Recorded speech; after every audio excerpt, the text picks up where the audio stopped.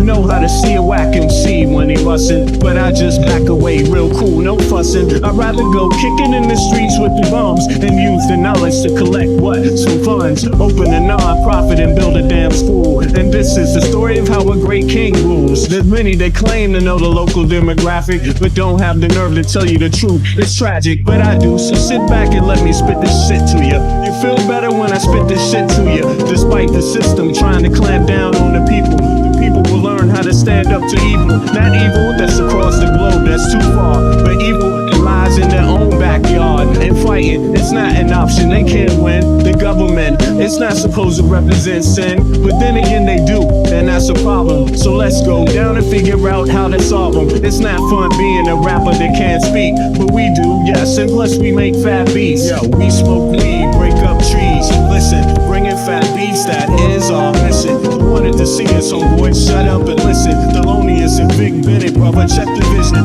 Mentalities of different realities. Enter the Star Trek room when you hear the boom. I be the Walkman with the super bass. Automatic stop, yes, stereo cassette player. With the delayer, freaky lyrical sprayer. Extraterrestrial rhyme sayer. I be the poetical VIC slash master of the ceremony. Tenderoni, won't you come step with me? I'm on a historical journey, kinda like Sigourney. Implore me to represent the attorney that represents my niggas, go figure. It's the card, they call me Uncle Bigger. Niggas love your blunts, down your liquors. I read the parallel to the fiction. You fixated on this brother's nature. Relaxed behavior, I might save your change. Flip it, rearrange the whole concept. You was good for all your brain. Insane, psychotic, neurotic, black onyx, and hooked on phonics. Just atomic, it bleeds like a bonnet. Cut with the Asiatic, they all up on it. Rhyme static with the sporadic type of skill. You wonder, is this nigga Vic really for real? It's still, but only necessary in the berry. I'm milk like dairy, they quite contrary. That's scary, but I'm a dog in the prairie. I scurry to grab my bones and just bury. Lyrical flurry,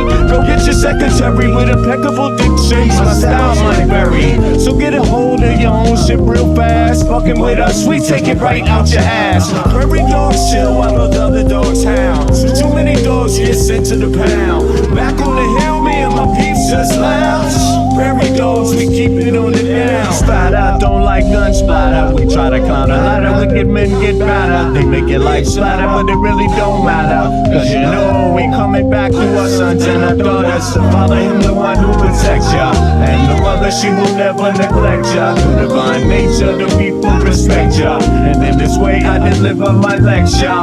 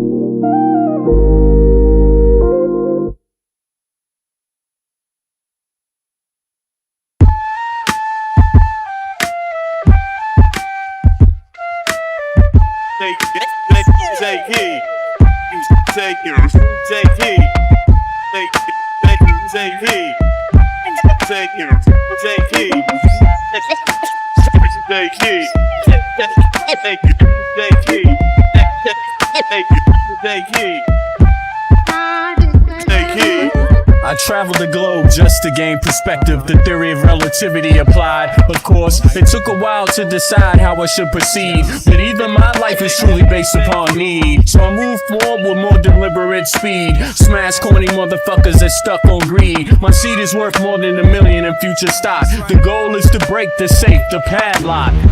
Mad cats can't stop it, need a rocket. Your style is boring and cold, mine is tropic. Battles you want, commit, you'll change the topic. My partner stood there to put your beat in the pocket. So this nigga here can proceed to destroy your stereotypical pop rap gangsta ploy. Not hating on niggas from the ghetto, but I'm hating on copycat rappers from the meadow. They procreate bullshit without paying the price. That's like talking about CeeLo with no dice. I drink milk, but that's about it. I won't compare dairy MCs to dope shit. I want you full undivided in this here place. We came to entertain and to educate. Oh my goodness. Niggas and your non-believers. You know we change your membrane every time you see us. The others can't stand the way we mingle with ease. The way we get love from the finest ladies. Oh my son, oh here comes another one. I love to take it to the place that lies under the sun. Style witty, come from Chocolate City. Yeah, oh my God. Look at this garbage down here. I mean, look, I'm sorry, but this is projection. Americans have seen this before. We don't give a fuck. You know, you think you're going to scare somebody with this bullshit again? We don't fucking care. We don't care. Okay? You're going to have to come with your guns and kill people.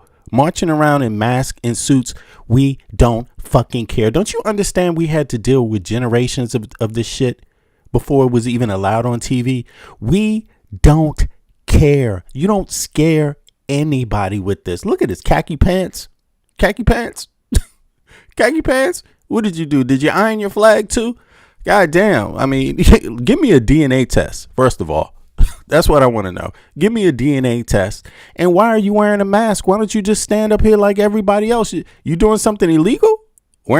Carrying a flag? Is that illegal? How you going to be a patriot and you scared to show your face, man?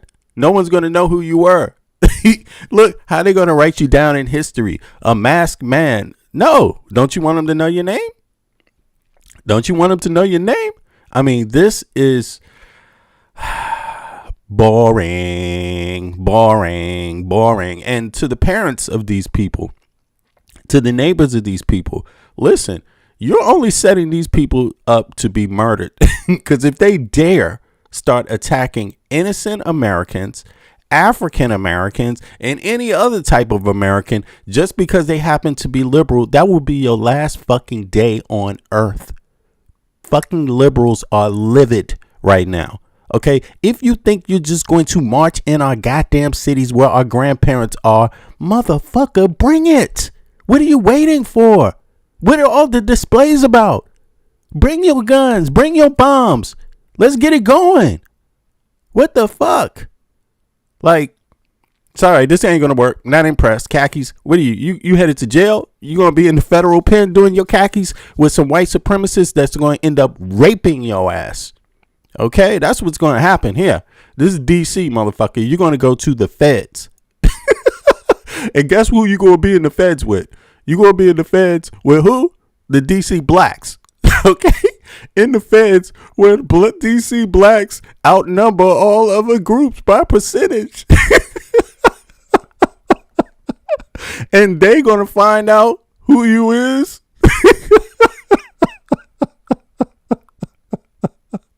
Yeah. And let me give you a little lesson. Let's go down in case there's a movie you want to watch that will give you some advice.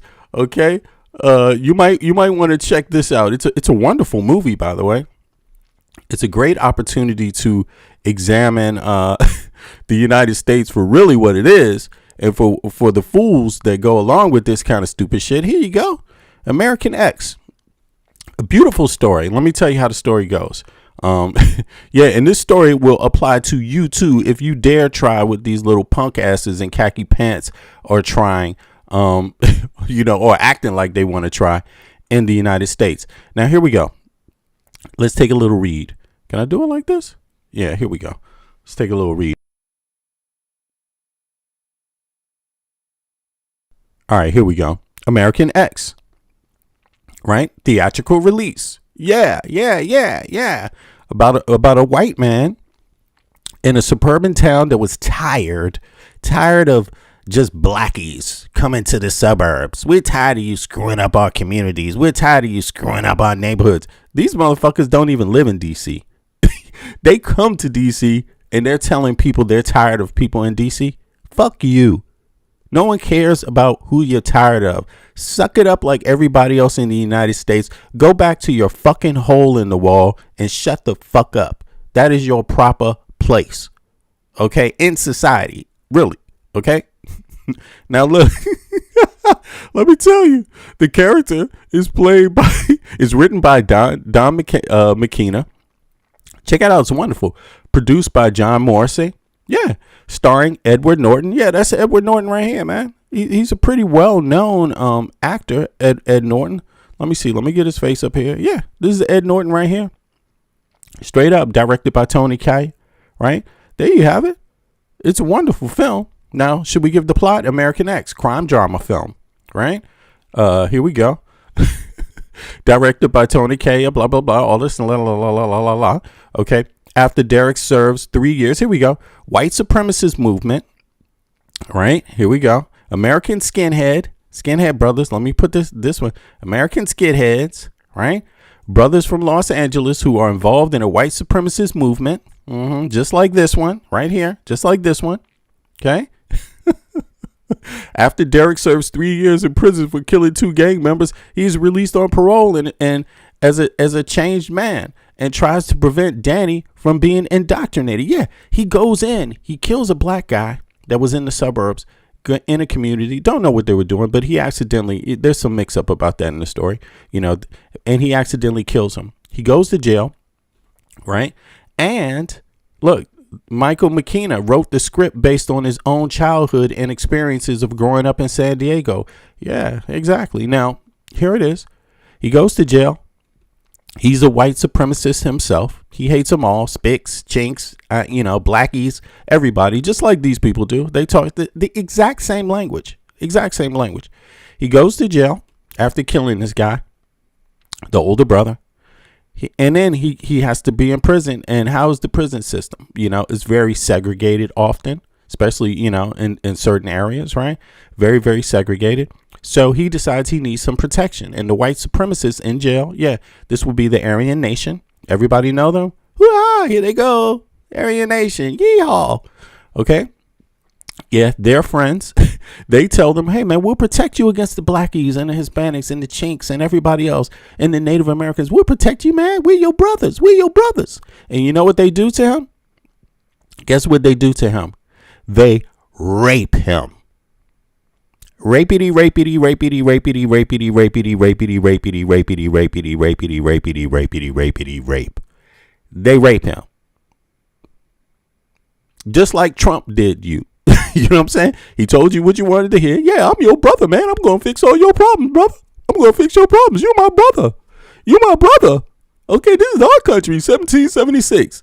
Just like all of them. And then they took your money and left you with the chinks, the niggas, the spics, and everybody else. Left you just out there to...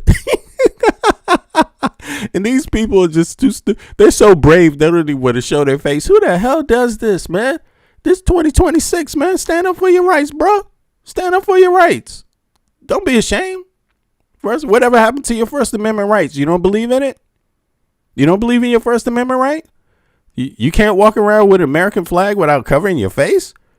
Damn. You need khaki pants to walk around with an American flag?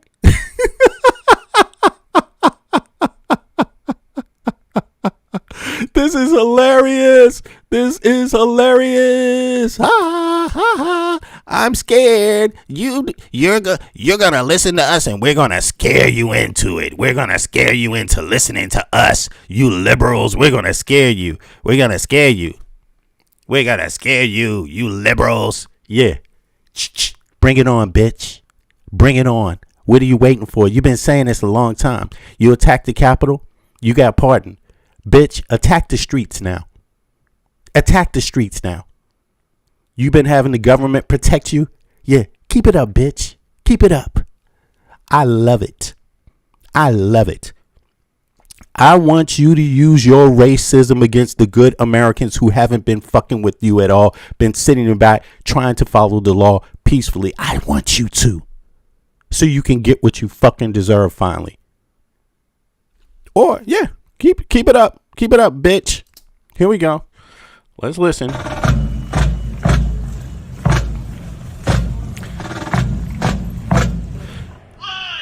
My daddy was a Dixie. Hey, oh, Dixieland.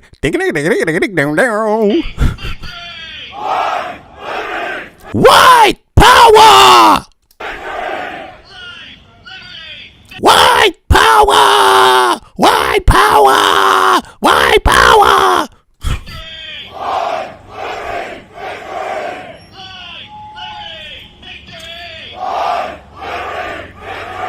And my daddy fought for the Confederacy. I want to. My daddy fought for the Confederacy. Yo, nothing wrong with the Confederacy. Those liberals, anti-fascists, the liberals, we don't like them.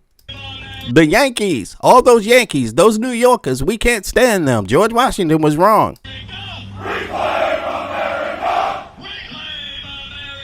Reclaim America. Reclaim. What European country did you come from, your ancestors? Which one? Which religious denomination did they come from? Which one? Was it the French? Was it the English? Was it the Germans? Which one? Which one did they come from? Reclaim America. Interesting. Reclaim America. Trump is in the White House. And they're talking about reclaiming America. Reclaim, yeah. Yeah, I say reclaim America. Reclaim it from Trump, because he's robbing your pockets and you're his pawns and you're too stupid to realize it. And you are paying for it. You're paying. Guess who you're paying for? You're paying for Maga Mike Johnson's dental bill. You're paying for Maga Mike Johnson's kids' private school. You're paying for Hakeem Jeffries' dental bill. Yeah, you are. That's who you are under Trump's leadership, under the Republican leadership. That's who you're paying for. You're paying for Clarence Thomas. You're paying for his dental bill. Yes, you are. You're doing it at the same time he's cheating the system and getting billionaires like Trump to pay him under the table. At the same time. That's what you're doing. Now, what you going to do about that? Nothing?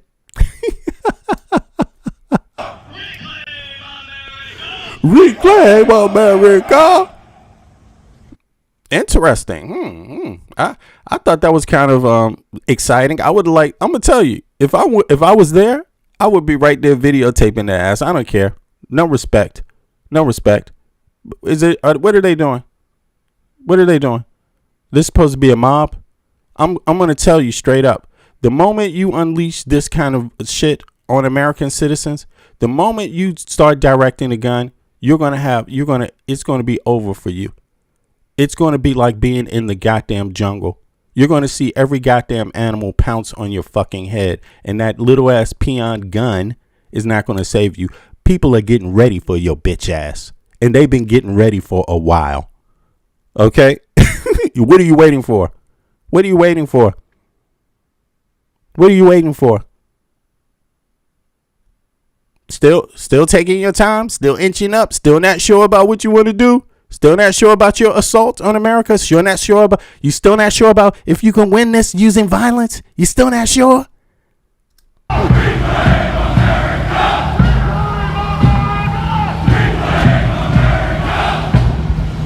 Okay, heat stroke. Yeah, you do heat stroke. Oh, you've been to the gym? How you sweat?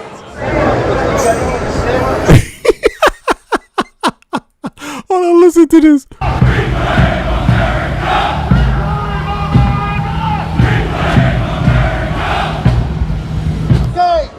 Heat stroke. Yeah, you do heat stroke. Oh, you've been to the gym? How you sweat? Yeah. Yo, they're going to end up with their heads getting stomped in on the fucking concrete. Like, seriously, if they dare try any violence, and it's over for them. It's over for them.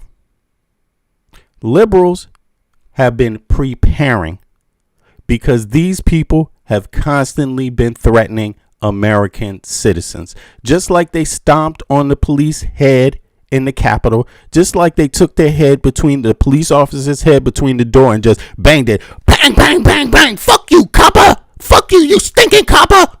Just like they did on January 6th. People saw that. And from that day forward, liberals been preparing. So bring it on, bitch. Bring it on, bitch. Bring it on, bitch.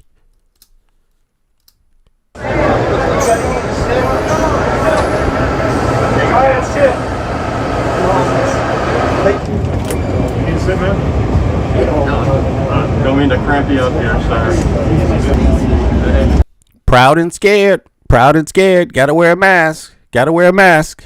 I'm not confident enough without a mask. I'm scared, y'all. My mama might see me out here in DC harassing people. What about, see, what's so funny is that a lot of these people, man, they have family members that are actually against them. That's why they're wearing these masks, because they want to go home to their little towns in secrecy and have no one know who they are. This is what this is about. Because it's not illegal to do what they're doing. You know what I'm saying? It's not illegal to do what they're doing. Why are you wearing the mask? The reason why they're wearing the mask is because they don't want their own family members and community members where they live know that this is them. Just like the KKK. The KKK didn't want the community members and even their own families knowing. It's secretive.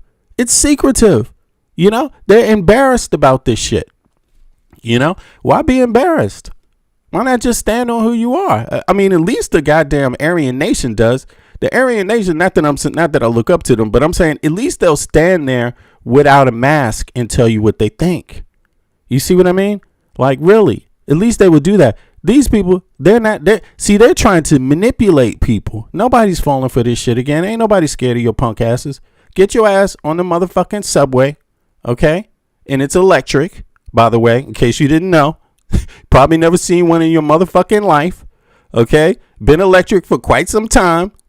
And get your ass the fuck out of the city, okay? Go home. Go home where you rely on diesel, okay? Where you have no motherfucking public transport system, okay? Where you don't even want one. Go the fuck home, okay? Go home to your broke ass red state where you depend on liberal dollars, federal dollars every year to feed your fucking family. Just go home. You have nothing to offer, and this is the proof. Just angry about being stupid. Okay? This is interesting.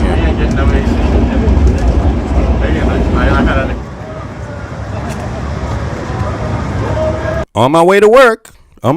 Here we go. Getting off the MARC train, headed back out the city. Look, they took the metro. Dude told him, get the fuck out of here. Took the metro back to Union Station. Now getting on the MARC train. And they leaving. They get on the MARC train to get their ass back the fuck out of DC, man. This is wild. You see MARC Station right there in the background? That is the MARC train. For people that don't know, this is the subway. This is not the subway. This is the train system that takes you out to another state.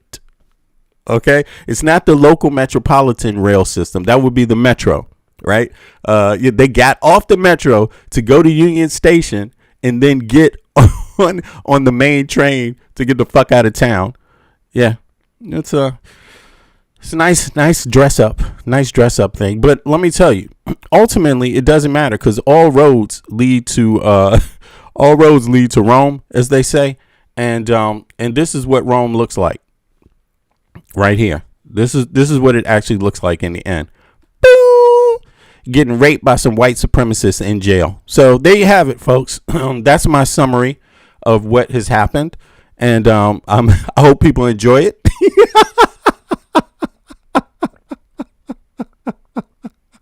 Because I do. I enjoy it, man. I'm just calling it like it is. Man. You know what? You in D.C., boy, you going to get your ass in the feds. You're going to be sent to the feds. You better read the law. And guess who's overpopulated in the feds? The DC blacks. So come on.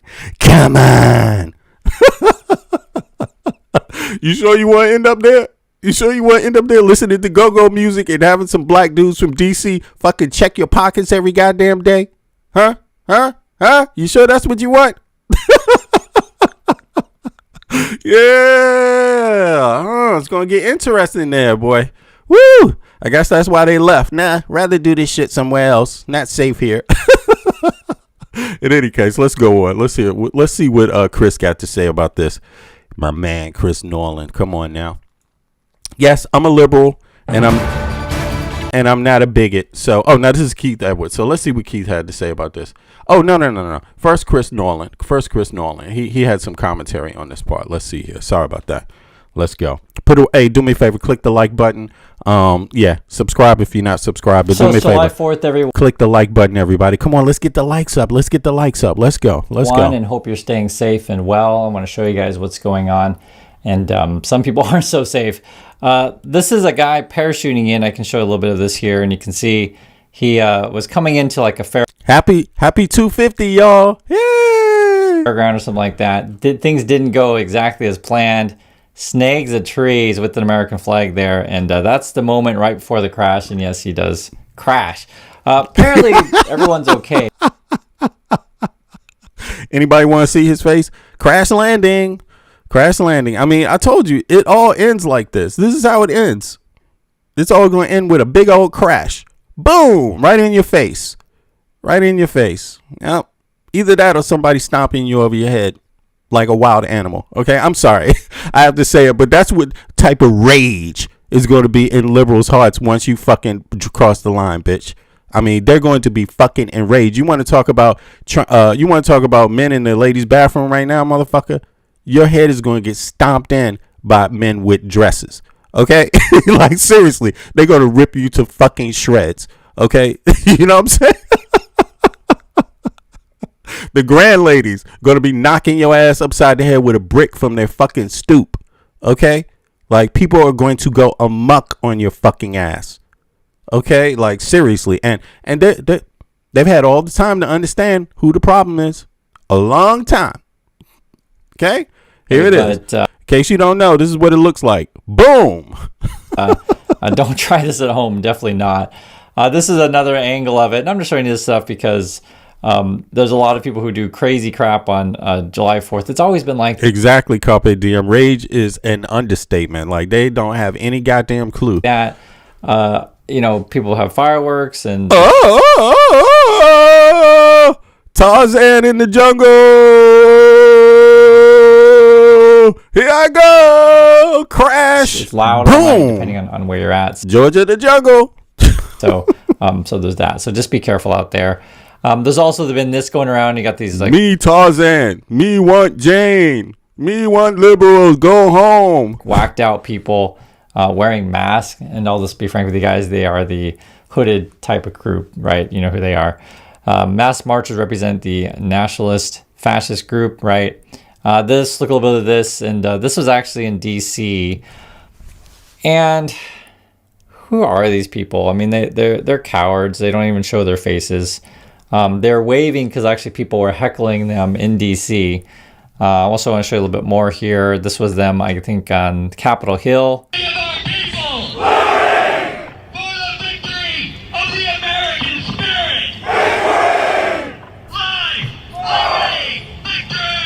You guys get the idea. It says a mass group. Wah, wah, wah, wah. How long you been playing motherfucking Final Call? You know what I'm saying? They just jumped off their goddamn Xbox today to come down to DC and shit. Okay, Men gathered at Union Station today and called for the reclaiming of the country, getting rid of immigrants. Some held Confederate flags. They've been marching across Capitol Hill. So that's been some of the scenes in DC. Here's other view of it. You get the sense of it, right? This is on 4th of July. And I also want to show you this. There's some crazy people with... We will all say, "Oh, hail King Trump!" MAGA Fest. Oh, hail the King! Oh, hail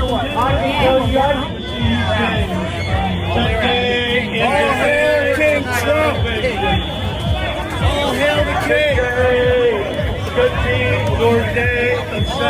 Well, for people that live in DC, We know what it looks like when there's a big 4th of July, when there's a lot of people coming in the city. We know what it looks like on the outskirts of the mall. You know, when the mall is packed full of people, the outside areas, you can't even, it's more packed than this. So you already know this is an indication that the mall is not packed. That many people did not come to Washington, D.C. today or that day to celebrate. That's, you know, when you grow up in D.C., you get the nuances. You know how things work because, of course, people have to be escorted into the city. When you get that many people, 1 million people plus downtown, the outside is crowded too. You see what I mean? The traffic is not moving. Look, just watch. Pay attention. After the fireworks tonight, we took the idea from the demonic demon rats. So after the fireworks tonight, we're going to make them King Trump. So these guys are completely whacked out. That's close Trump to the mall. for king. That's close to the mall. So you can see it's not a lot of people there. That's basically up on the edge of the mall. So there's not really a lot of people in DC. If you have 1 million people, look, typically what happens is that for this, you're going to have close to 1 million people downtown, like shooting off their firecrackers, gathering in DC for things. For some reason, or any other engagement, a national engagement, you're going to usually have a lot of people. I mean, sometimes it could be more, but and sometimes it could be a little less, but this is nothing. They say, okay, great. I also want to show you this. This is a photo then from the subway in DC. And I know I'm showing you this because I know sometimes you might feel like that you're alone, but you're not. And I know sometimes you feel like all these like whacked out and crazy people are, you know, around you. Maybe in this particular situation, yes, she's surrounded by crazies.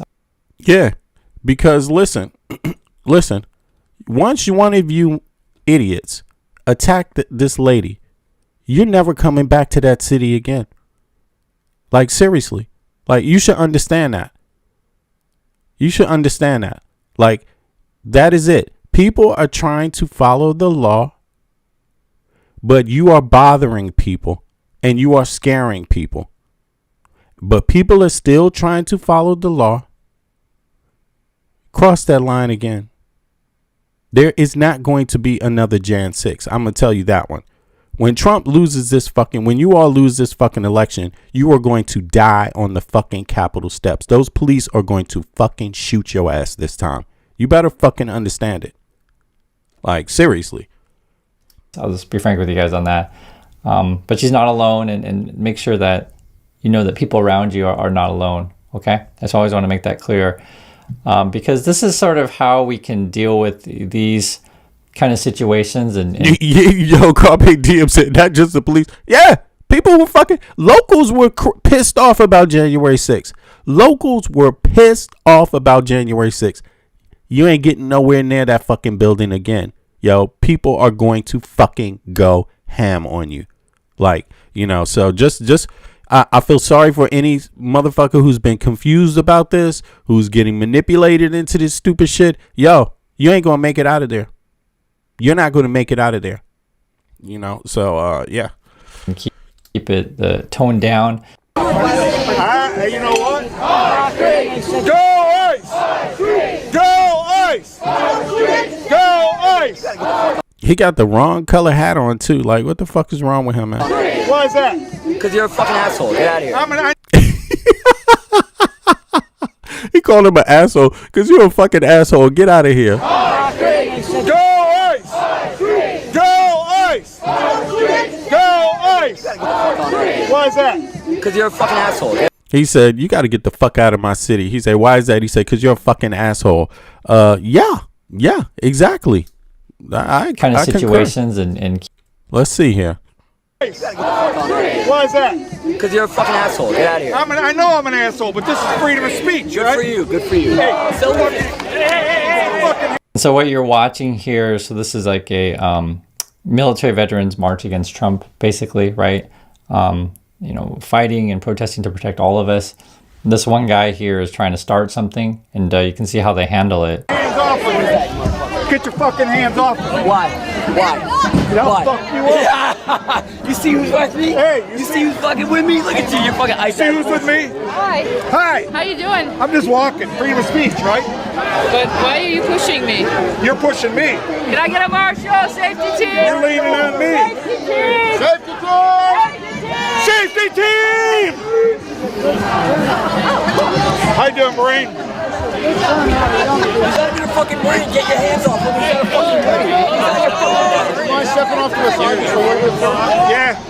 Yeah, I appreciate it, brother. Okay. I'm just walking along with everybody. We're just veterans. They're putting their hands on me. Well, I'm not putting my hands on you. I'm here to de-escalate. Hey, I appreciate it. Okay.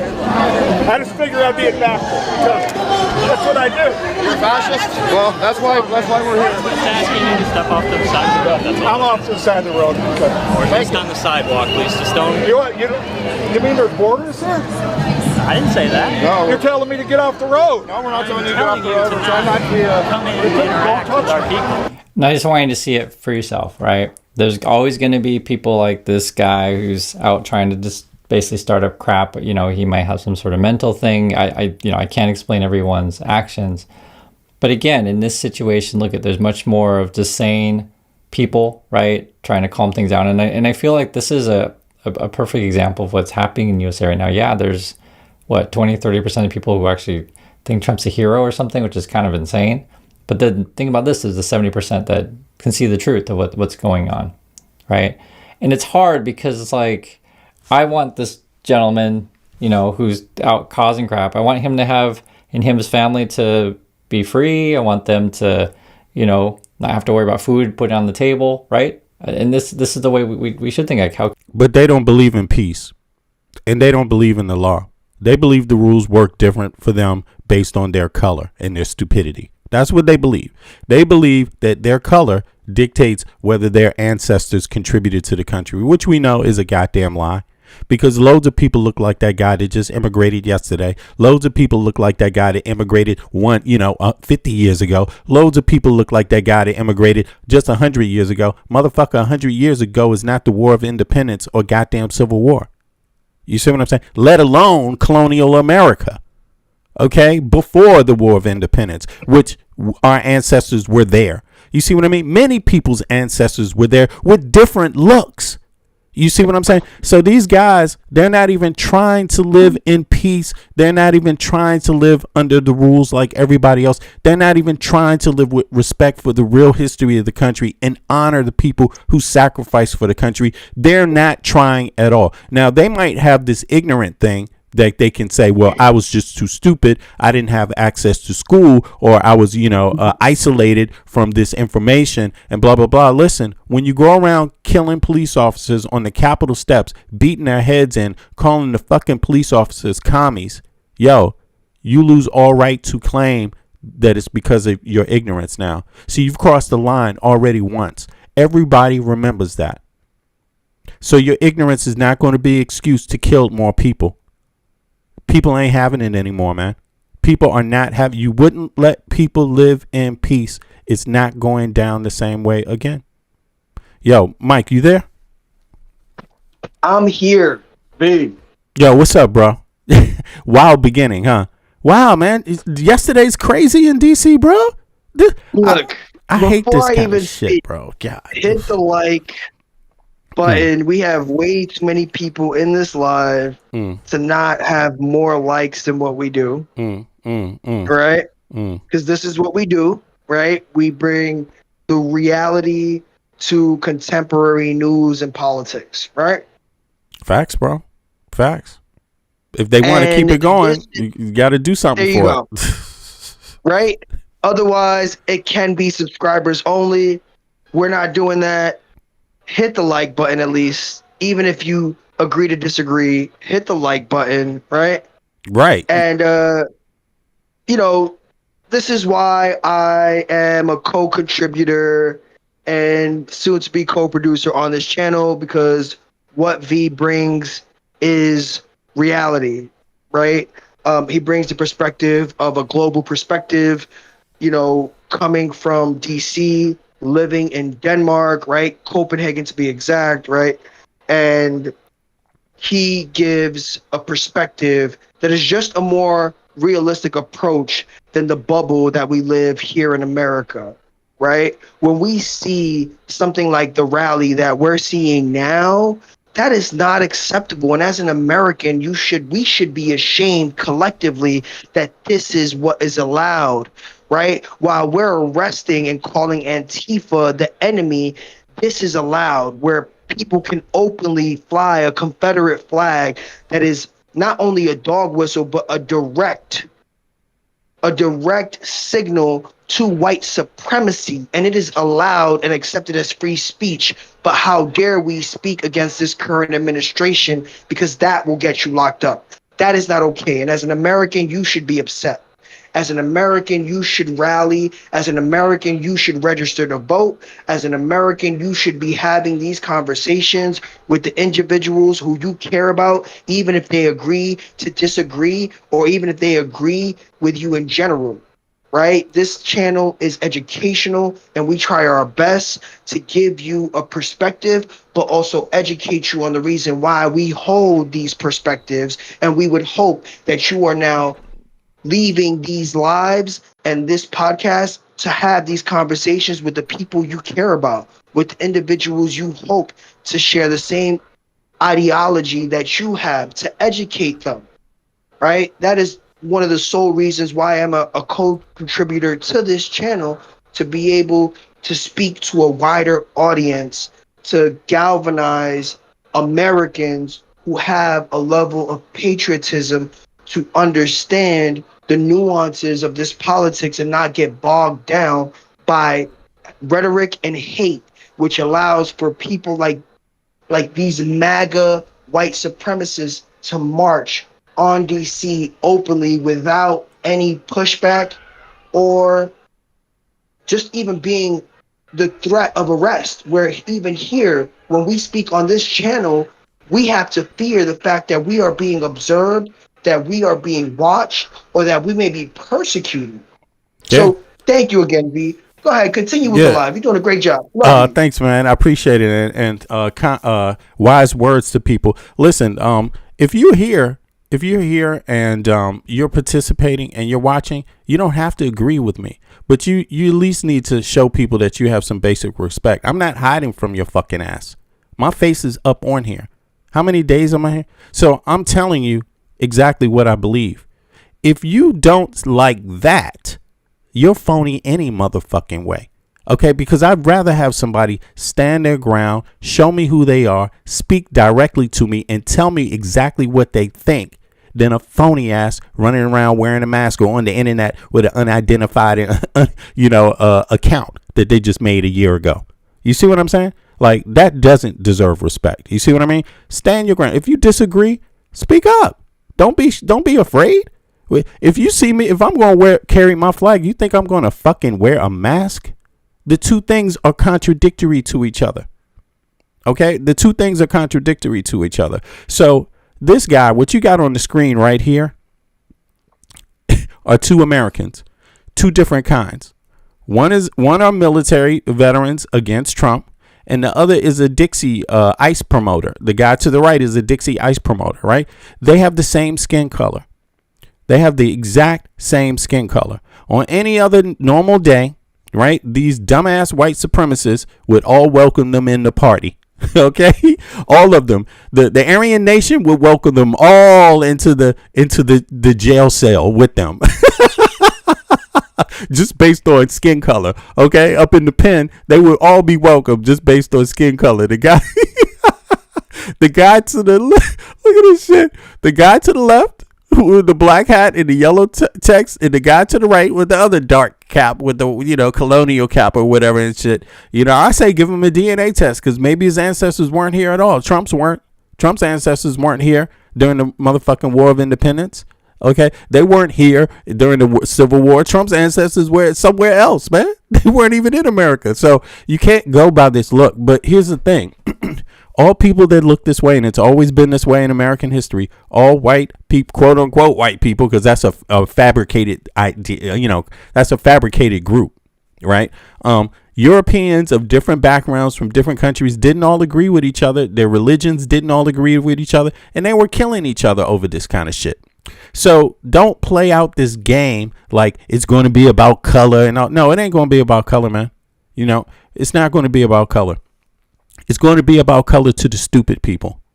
Okay, the ignorant people that drag down the country because they don't know their own goddamn history and won't stand up for it and won't actually be proud of their own history. At least be proud of it. No country had it easy. Shit, if you go around the history of any country, man, they've gone through changes. Denmark went through a change. It wasn't a Christian nation at one time. Denmark wasn't Christian. It's all documented. Christianity came here. And it gave them an ultimatum, and some people died. There were wars before this shit. A lot of people died, you know.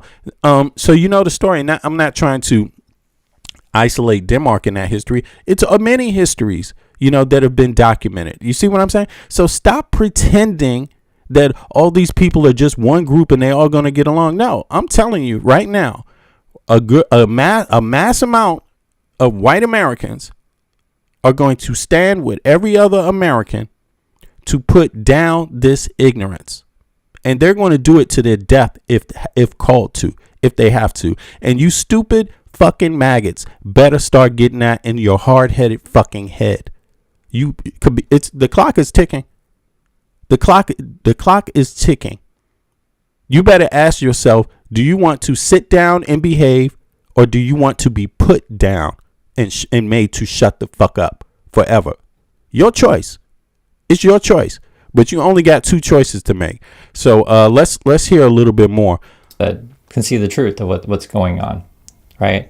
And it's hard because it's like, I want this gentleman, you know, who's out causing crap. I want him to have people, right, trying to calm. Okay. I just figured I'd be a bastard because that's what I do. You're a fascist? Well, that's why we're here. Right. So they called him a fascist. Asking you to step off to the side of the road. That's all. I'm off to the side of the road. Yeah, so right. So he's in, you know, they're just being an asshole, and it's good that Chris Moreland pointed out, like, the dude is probably sick in the head. But listen, after you kill some police and after you kill anything, okay, we work hard. Our families work hard. Our family's been here since the beginning of the country. If you want to play that game just like anybody else, fuck you. You know, you're not going to continue this lunacy. This lunacy is going to be put down. You can either choose to sit the fuck down yourself, or you can choose to be put down. That's really what it's coming down to. And the clock is ticking. The clock is ticking. You're pushing me. Can I get a marshal? Safety team. Right. The lady had to call for a safety team, and luckily they're organized, right, enough to have that down there. So this is the other side. You had these guys wearing masks. You won't replace us. And then these people don't have masks on at all. Why you need a mask? What's the mask all about? Is the mask a sign of power, or is it a sign of weakness? Why you got a mask? Why are you ashamed of who you are? Why are you ashamed of the words you're doing? Why are you on the internet unidentified and anonymous? How many people in this chat are unidentified and anonymous? How many of you got even accounts that are under 1 year or 1 year? How many of those fucking accounts you got? You know what I'm saying? Like, come on, man, stop playing the game. Stop playing the game. Safety team! All right, so they removed his silly ass. Yeah, and I guess he stood down, you know. And to be honest, I actually do really hate to see this, but people force it. People force it. They want to have it their way, and they want to have it only their way, and they want to bring in violence is a part of their way. Jan 6 was a part of their way. And this is just what people have gotten used to now. People don't expect peace from them. Nobody's expecting peace anymore. Maybe the last time they weren't expecting Jan 6 to happen. They weren't expecting a violent insurrection to occur in front of the Capitol. Maybe, yeah, that's true. But them days are over. Those days are over now. People expect violence from these people. Y'all, these people, of course, these people are trying to do a January 6th on Donald Trump's big day. I've got all that coming up. They've evacuated. There's been massive chaos, and they are now sheltering in place. And there's reports, too, that they're starting to... Don't forget to click the like button, y'all. Please click the like button. Click the like button. Click the like button. Thank you. ...get defiant. Because if you're on your TV, pick up your remote and click the like button, okay? It's how other people get the streams. And whether you like it or not, I'm not hiding. I'm not hiding. Okay, so spread the word. Spread the word. You know, nobody's being fake over here on this channel. Okay? Because these people are idiots and they're just being told to evacuate for their own safety, but they don't want to wear masks. They don't want to be out of the way of lightning and extreme wind. No. Anyways, that's all coming up, but let's just look at this real fast. If you're going out on the Jefferson side, push to the Jefferson side of the mall. If you're going to the Madison side, push to the Madison side of the mall. I want this entire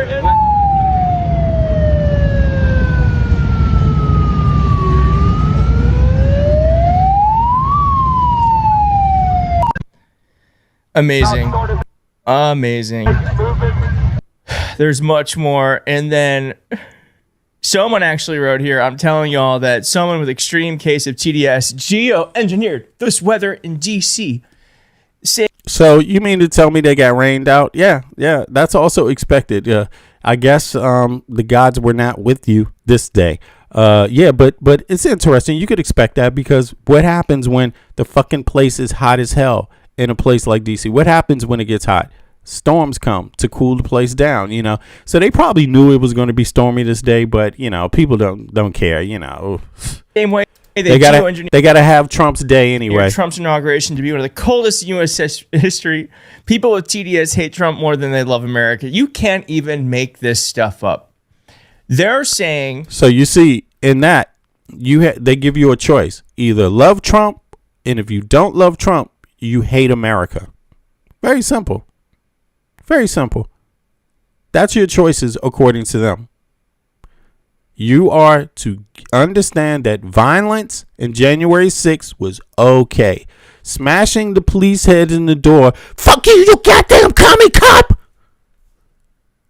was okay. Or if you don't accept that, you hate America. That's what they're asking people to do. That we control the weather. I wish if we control the weather, baby, it'd be tornado. And believe that we control the weather. You know what I'm saying? Okay, hurricane. There'd be a first ever hurricane in DC. We can't control shit. What they can't control is the fact that they're not fully there. That's an insane thing to say, that people with TDS are geoengineering the weather to prevent people from enjoying, I don't know, maybe it's just summer. This is kind of what happens in summer. All right, now someone got this. Aaron Parnos got this. It is what happens in the summer. Come on, it's hot as fuck in DC right now. It's the summertime. What the hell? You know, usually what people do is expect a 15-minute monsoon. Okay, if you in DC, that's what you expect. You know, like, it's crazy, man. This text saying that thunderstorms coming in, everyone being evacuated, disaster. Here's a bit more of what it looks like as strong gusts of wind are starting to knock down fencing. Look at this. Jen says, Jen Tina 6052 says, Democrats don't even have one branch of government, but sure, they are controlling the weather. Exactly. Exactly. Yeah, we controlling the weather. What else? We're the reason why your granddaddy's house got put into auction and shit. Everything. We're the reason for everything. Nothing to do with Republicans. They just control every branch of government. That's all. That's all.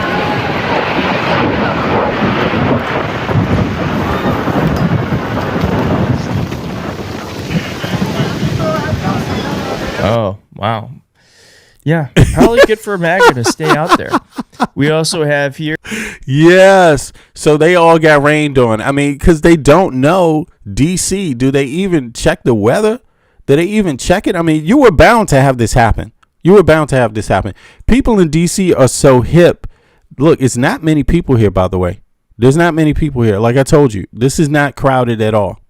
But people in DC pretty much know, you know what? Come out in the latter part of the day. At least if you're going to go out in the day, wait for the monsoon to hit, then come out after the monsoon. You know, a lot of people that travel to the city, they want to start for these days. They want to start their day early enough, right? To get out there, to get as much time as they can in DC. And they don't realize they're just going around in the mall. This is shit everybody in DC has seen. We haven't seen a Ferris fucking wheel on the mall in a while. That's considered tacky as fuck. How about go to the museum? Duh. The museums are there. Then the Smithsonian Institute. Go see some art. Go to the History Museum. You know what I'm saying? They don't want that. They don't want you to go to all the other shit that's there. Like, seriously, Smithsonian Institute is the biggest fucking museum on earth. And they're trying to get people to go and sit on a Ferris wheel. The Air and Space Museum is right there.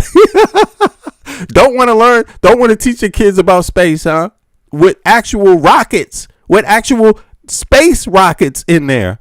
Okay, don't want to go in there. That's not interesting. I want to go see the Ferris wheel and shit. You know what I'm saying? I want to listen to some dumbass motherfucker sing a song. Oh my God, dude. Did we even get to that part? It's coming. It's coming. Hold on. Strong gusts of wind are starting to knock down fencing.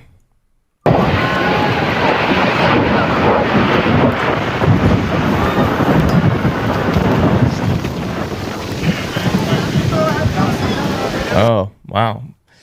Yeah, probably good for Maga to stay out there. Look at that dude laughing his ass off, too. Look at this. You see his face? Look. He's laughing. He's like, look at him run. Look at him run. Yeah, yeah, exactly. Exit only. Exit only. Look at this shit. He's laughing. Oh, wow. Yeah, probably good for Maga to stay out there. There we go. So you can see empty space here. So you can see a lot of people didn't actually show up to this event. I mean, you know, there's no way. I'm sorry. You know, this is really odd for this day, but hey, what the fuck? FIFA, and this is during the World Cup, right? Isn't the World Cup still going on? I know I'm kind of funny. I don't watch the World Cup. I don't watch it, but you know, yeah. I don't know why that is. You know, I definitely didn't watch it this time. Sometimes I might here and there, but for some reason I don't. It's because of the politics. I'd rather watch some of the other leagues, right? But in any case, have here more people beginning to flee. It's so funny. It looks like it's January 6th, only in the summertime.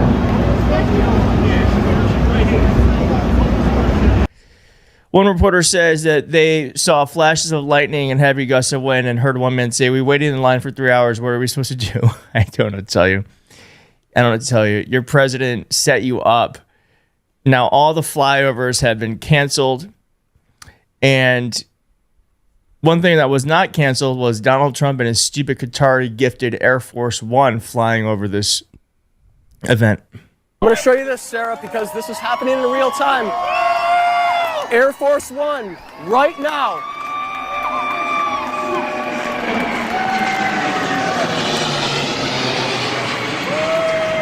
Taking in this incredible moment. The Capitol building. Thank you for pointing. You know, typically, you know, I don't know what the significance of that is really, but typically that's not allowed. You know, typically you don't fly airplanes over the mall like that. Yeah, that's a no-fly zone typically, unless it's military. And so obviously the president is allowed to this plane, but yeah, there was his plane. People got to see the plane that he was gifted personally, not you. You being taken off your health care. You're not being gifted any assistance with child care. You're not being gifted even the housing bill. Nothing. But here's Trump's gift. Hoorah, Trump. Yeah. Way to get those maggots money, Trump. Way to go. Yay. Way to rub it in their face. I like that. And maggots love it too. You know, they love just getting more broke, watching their families get more broke while Trump just shows them, look what I got here. I got me another gift. See? Yeah. Pointing that out, buddy. And POTUS, right? Flying directly overhead. Wow. Wow.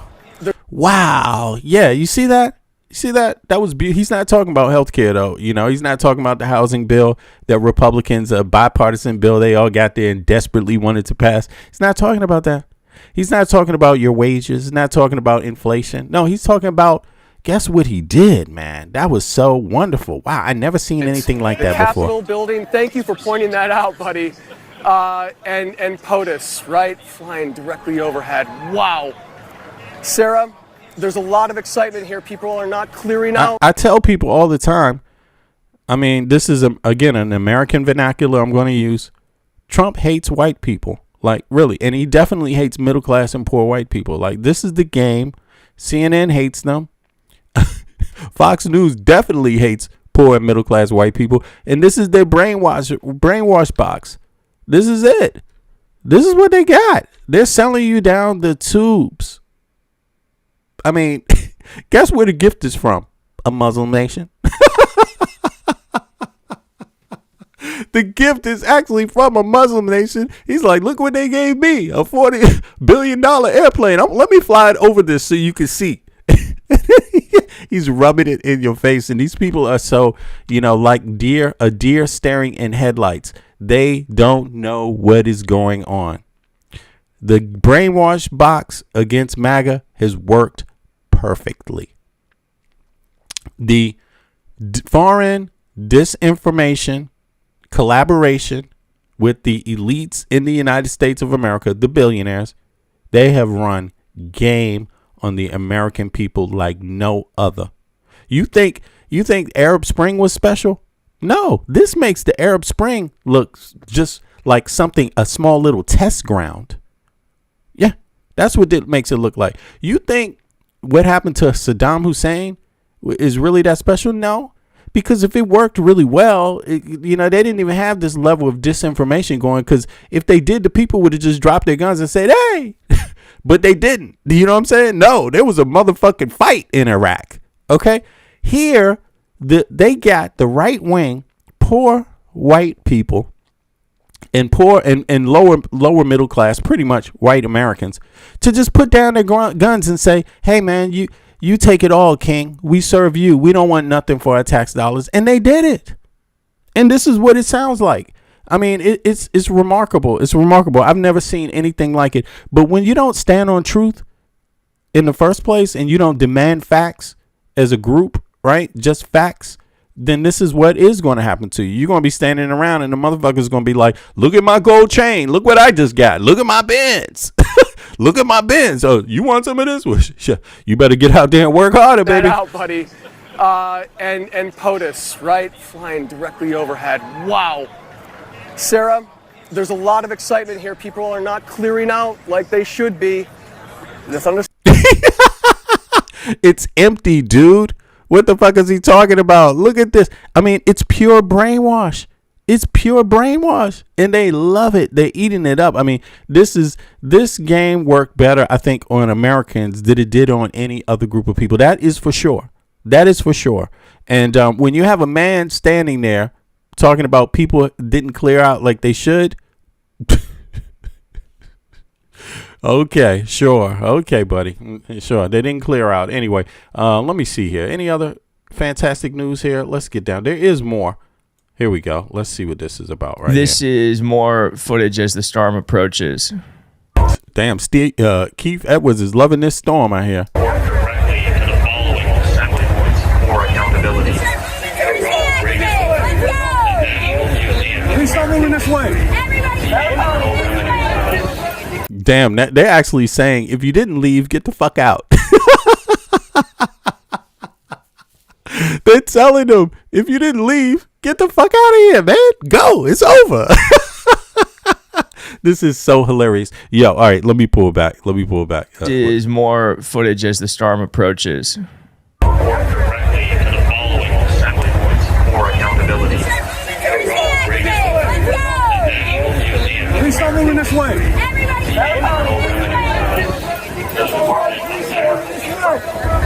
Keep moving! Please keep moving! Listen to law enforcement. Three exits to the side. You have a left exit, an exit behind the monument, and an exit to the right. Please utilize one of the three exits. Yeah, this is just crazy. To evacuate. Sorry. It rained on their parade. All right, now, let me see here. Do me a favor. Click the like button. If you haven't clicked the like button, click the like button. Listen, the chat has been open. The chat is not even in subscriber mode. I'm going to put it in subscriber mode if we don't get any, if folks in the chat don't get up here and start clicking like. Listen, yeah, so now I'm going to do that.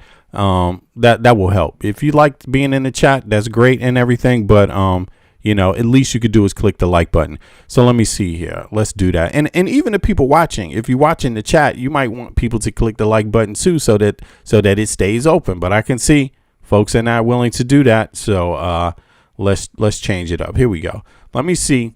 I'm gonna put it in subscriber mode and put a 5-minute delay on it. So those of you that haven't clicked the like button or haven't subscribed, I suggest you do it right now. You got what? 30 seconds. 1, 2, 3, 4, 5, 6, 7, 8, 9, 10, 11, 12, 13, 14, 15, 16, 17, 18, 19, 20, 21, 22, 23, 24, 25, 26, 27, 28, 29, 30. Boom. So there it is. Yeah. So let's just take care of that. And yeah, that's how it is. Sometimes you can't have freedom if people don't give you the same courtesy back. So there you have it. Now let's continue. Slower. Right now, we are doing emergency evacuation. It is postponed until further notice. So it's postponed. It's not canceled or anything, right? It's postponed until further notice. Yeah. I don't know when things are going to be started. Like an hour. Radar says 1 hour. I don't know, but we'll still have to get off the ground. We're gonna come back. Amazing. People are actually evacuated in the IRS building. Your attention, please. Due to approaching severe weather, we are temporarily pausing the event. It's just so good. Damn, they literally had to pause the event because of the rain. Why? Is it because of the equipment? I think it's because of all the equipment. So let's see here. Yeah. That's what it is. Now let me see. There's more. Apparently there was some fights being reported here too. Let's see here what Alan Mockler got to say about that. And then I actually want to see some of the lame ass speeches. No. Is there some fights? Here we go. Let's start off right here. The better, or just maybe a workout inside. If you're trying to come to the National Mall, State Fair doesn't open up until noon. That entrance is at 7. It's entirely a mess. It's getting shut down. People are getting crowded out. There's nowhere for people to eat and chill. And speaking of Christian nationalism, there's nothing wrong with baptisms. I'm not saying that. Don't mistake me. But they're holding baptisms at the National Fair while they have all of this pro-Jesus memorabilia. Again, let me be clear here. There is nothing wrong with being Christian. Yes, you saw it. It's people getting baptized. Whatever happened to the family experience with baptisms? Whatever happened to that? Whatever happened to your loved ones, your close loved ones, and just a private whatever happened to that? I don't get it. I mean, don't get me wrong. I view religion as a very personal thing, right? And also culture is very personal. It's very personal. It's not, in my view, it's not meant to be necessarily something shared unilaterally in public with everyone you meet. That's different. People have different views. Even different Christians have different denominations and different ways they do things.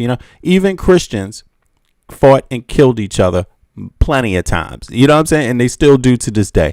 So for me, it's not like a unilateral thing, but I just wonder about this because for myself, I feel like my personal spiritual beliefs have more power when I don't openly share them with people, when I don't just use a name to describe it.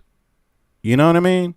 When I keep it totally personal and I operate under it, but I don't make it political.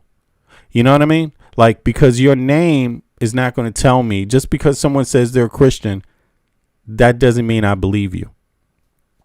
Just because someone says they're a Muslim, that doesn't mean I believe it means anything. It's just like, okay, if someone tells me they're Jewish, it doesn't mean anything to me. It doesn't tell me what they do. It doesn't mean anything. It just means what they're calling themselves. So I look for only not what something is called, but what people practice. Only what you practice. Only what you show people your beliefs are, not what you tell them they are.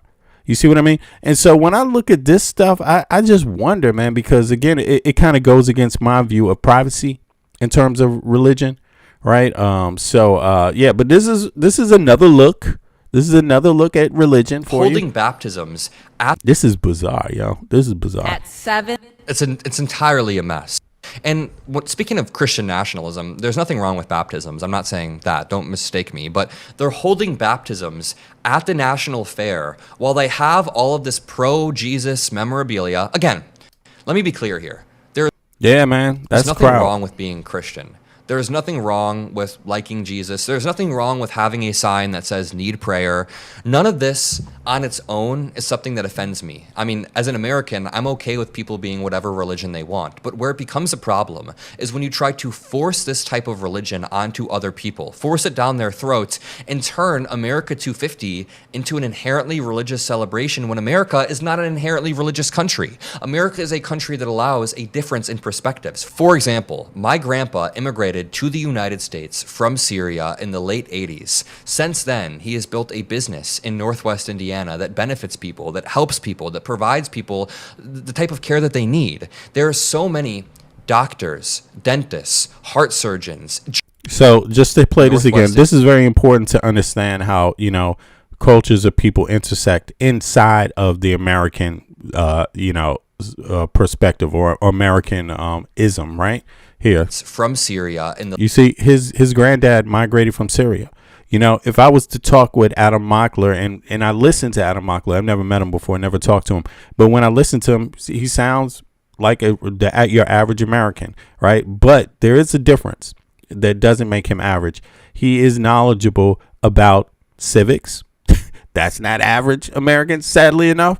As you see, a lot of people vote for Trump, don't know a damn thing about civics, history of the country. He is. So, yeah, I consider him just as much as an American as any American, and even one that was around, you know, in the birth of the nation, no matter what, even though his grandfather migrated from Syria.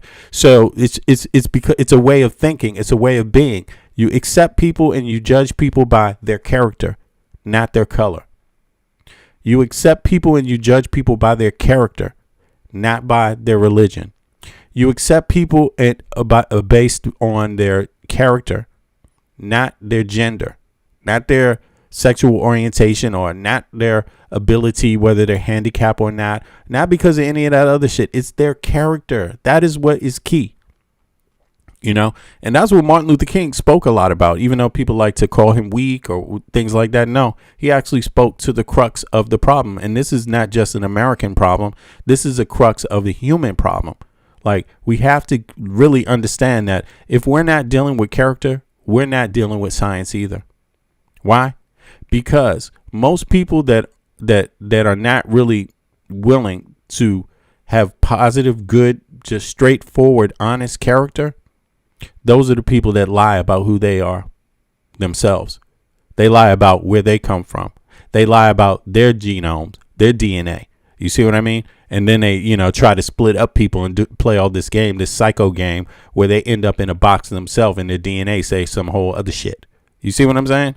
Like, so, but in any case, you know, let's continue more. America is not an inherently religious country. America is a country that allows a difference in perspectives. For example, my grandpa immigrated to the United States from Syria in the late 80s. Since then, he has built a business in Northwest Indiana that benefits people, that helps people, that provides people the type of care that they need. There are so many doctors, dentists, heart surgeons, just where I grew up in Northwest Indiana, that are immigrants. And the reason I'm saying this is because that is the beauty of America. A Muslim man was able to move from Syria at a time when things weren't looking too hot there in the late 80s. And he was able to move to a country where he built a family. I mean, hell, he probably didn't expect his grandson to be running a media company, a media channel across all social medias. That is a type of beautiful thing that America is able to create. And there is beauty in America. Don't get me wrong. I don't want to be one of those people that's constantly just railing against America and tearing it down. I've talked about a lot of things throughout this video that are hopeful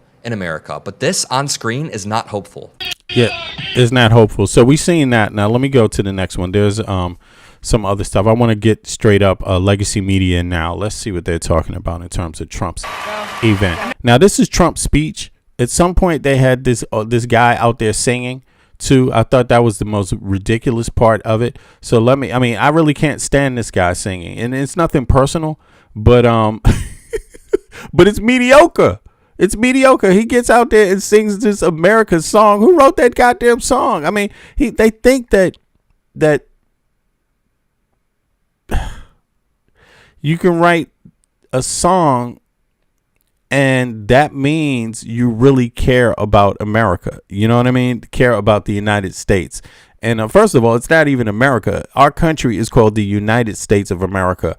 America is a continent. That's something we also have to stop fucking continuing this ridiculous cycle, you know, because we do not own America. We're just one country inside of America. Many other countries, and they're very significant too on the global stage, and they've also significant in many other ways, contributing in a lot of other ways, you know, on the global stage. Science, history, you know, just engineering, different things. Come on, man.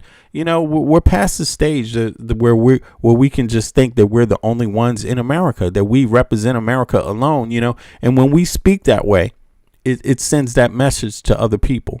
You know, Colombians are Americans. Venezuelans are Americans. Mexicans are Americans. Canadians are Americans. Brazilians are Americans. You know, people from Chile are Americans. You see what I'm saying? Panama, that's America too. Okay, Honduras, America. You know, Central America. That's just how it works. You know, and believe it or not, we're not that estranged from each other. Okay, we do have a footprint that, you know, all countries and their people have a footprint that crosses different nations. You know, yeah, it's not strange for a person to have living in Panama to have had an American ancestor from the United States. It's not strange for a person in the United States to have a Brazilian ancestor or a Colombian ancestor or a Canadian ancestor.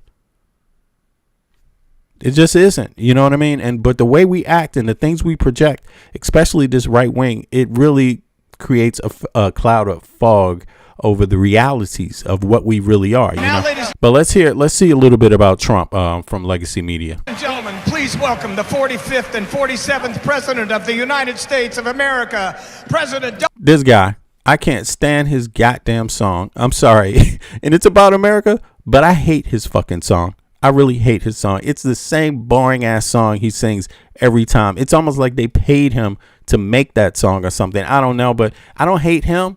I don't know him. But man, that song sucks. That song sucks. Donald J. Trump.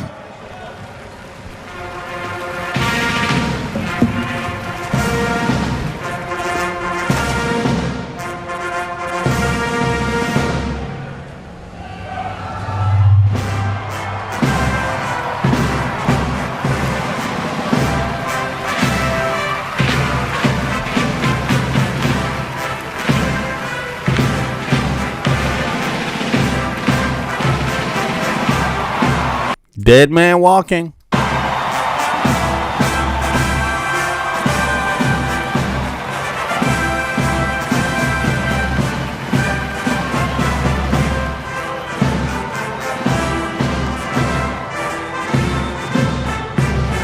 Got that little pug belly.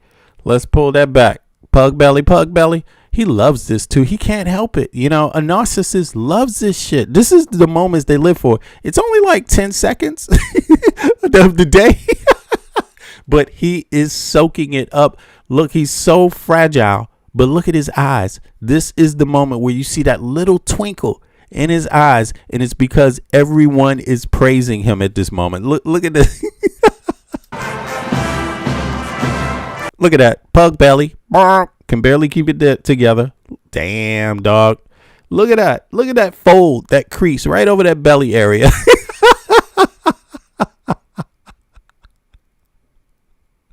Biden didn't have one of those. Okay, is it a shadow? Somebody's saying it's a shadow. Yeah, okay. Anyway. Sure, I'm not too sure about that. Maybe it is, but you know, yeah, okay. He still looks a little puggy. So let's continue. That ain't no goddamn shadow.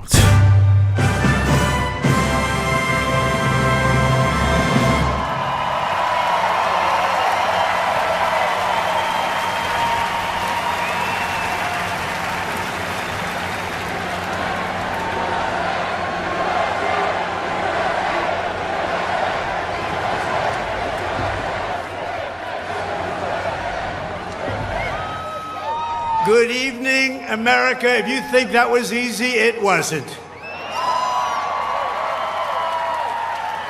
What does that mean? What does that mean? If you think that was easy, it wasn't. What does it mean? What is he talking about? Like, was it easy to stand there? Is that what he's talking about? And look at the top. They have this. Like, he knows what this fucking means. E pluribus unum. Like, you know what I'm saying? Out of one, all. You know, what is up with this? Out of all one, I mean. I'm sorry. What is this? I don't understand it. I don't understand it. I want to thank everybody because they did the right thing. They saw lightning, and I said, there's no way if we have to speak in front of one person at 4 o'clock in the morning. This tells you how his brain thinks. He was worried. He was thinking about that the whole day. Oh, wow, people aren't going to come and see me. Like, he was literally thinking about that one thing. That's crazy. And he opens up his speech with that exact thought. That tells you a lot about how his brain works, you know. I've worked with a lot of people before. You know, maybe not that many because it's not always healthy. Sometimes you got to pull back and how can I say this? You know, regroup yourself on the inside, charge your own batteries and stuff like that. It's not good to always give parts of yourself to other people, right? You can do it in moments and spurts and things like that where you think you can make a difference, but you need to take care of yourself too, right? But in working with people, one thing I learned is that I'm talking about working in human rights and working with the public, right? One thing you need to understand is that, like, for me, whenever this question of how many people are going to come, and all these things, I always told people, you know, from my experience, it's not, you don't approach it. You don't approach what you're doing by how many will come. That's not what you do. You go out and you do the things that allow people to come. That's a different way of thinking. Okay, because when you're actually trying to spread information and when you're also trying to do anthropology, it's not so simple as how many, the mass. It's about whether you continuously making the effort. And over time, your small efforts put together, even if you do your small efforts right, you know, combine them, they multiply into something bigger, you know. But Trump, it shows you he's not going to do it if it's not going to be done and there's a lot of people. So that shows you gross matters to him. It's not what you get out of it.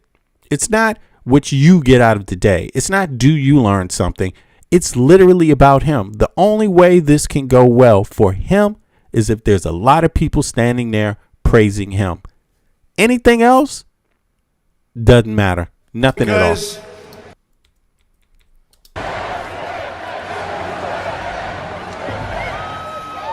Good evening, America. If you think that was easy, it wasn't. And I want to thank everybody because... Yeah, so what does... I'm going to ask people something. What does out of many, one mean? What does that mean? What does that mean? Does that mean all the people were the same? Or does that mean there was only one people that did this? Or were there many people? And out of many, they created one nation. What does that mean? I mean, there it is right there. Out of many, one. E pluribus unum. And these people will try to tell you that it was just one group of people that created the United States of America. I mean, but the shit is all in your face every other day of the week that no, it was many different people. That's the whole difference of the country. That's the exact point in it. It's crazy, man.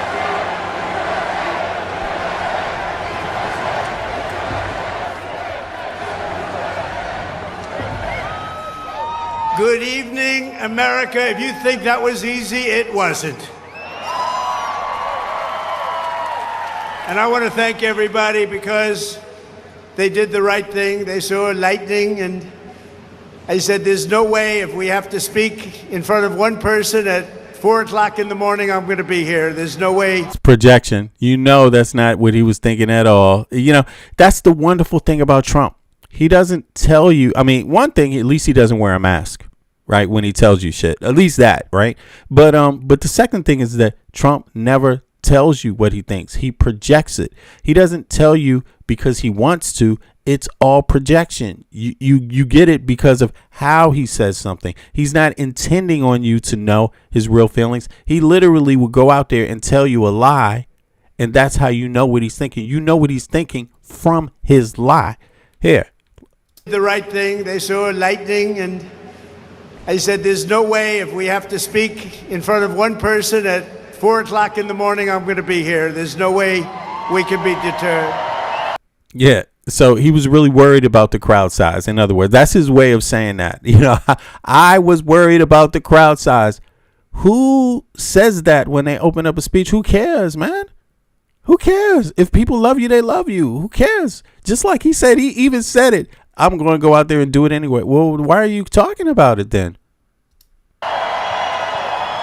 It was important for him to say that. And they estimated they had 375,000 people. That's his way of saying, I love you. I love you, maggots. Okay.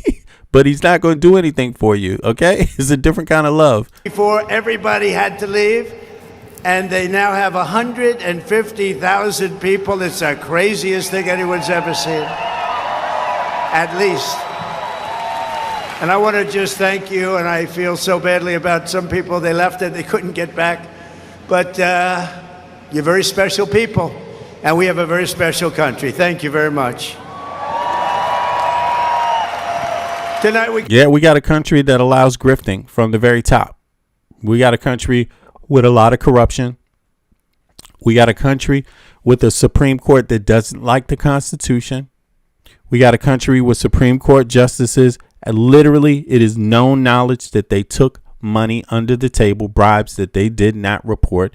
It is literally known that we have a Supreme Court justice that went to visit Russia, Putin's hometown, on a billionaire's yacht and didn't take any U.S. military personnel, no security personnel from the U.S. government with him at all. There is no government documentation of what Clarence Thomas was doing in Russia.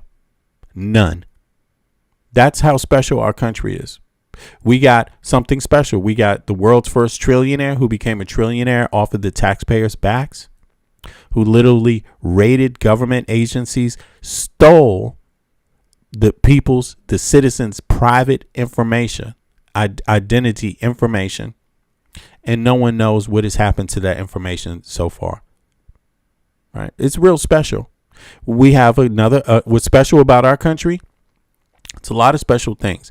We're the only Western nation out of all NATO nations, out of all capitalistic Western nations, that doesn't have universal health care. We're pretty much the only one that doesn't have some form of public education, higher education that is accessible, that is just free. Right? We also are very special because our citizens have half the representation in Parliament, in the parliamentary electoral system. Our citizens have half the representation of European citizens at best. Europeans should think about that. Do not try to be like the United States. You will start off by getting less. Everything will go downhill for you if you try to emulate doing what the United States is. You will have less representation.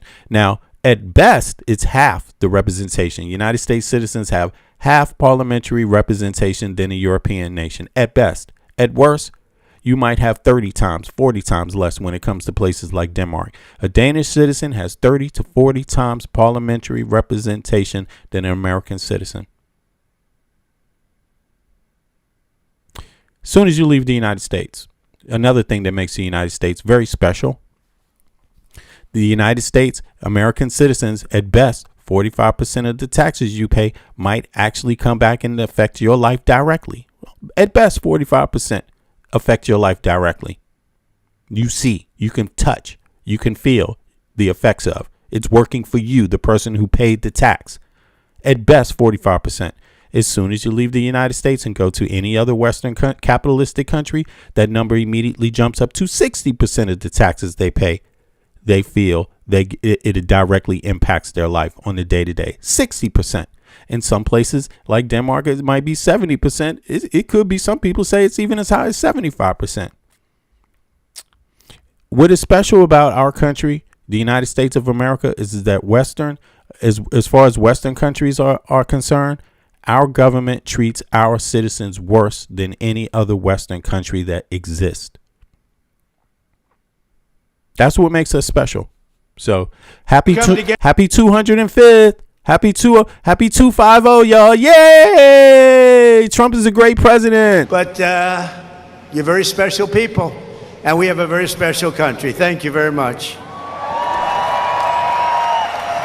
Tonight we come together for one of the most joyous and glorious milestones of all time, and you know what that is, 250, the 250th anniversary. And I do have to say this.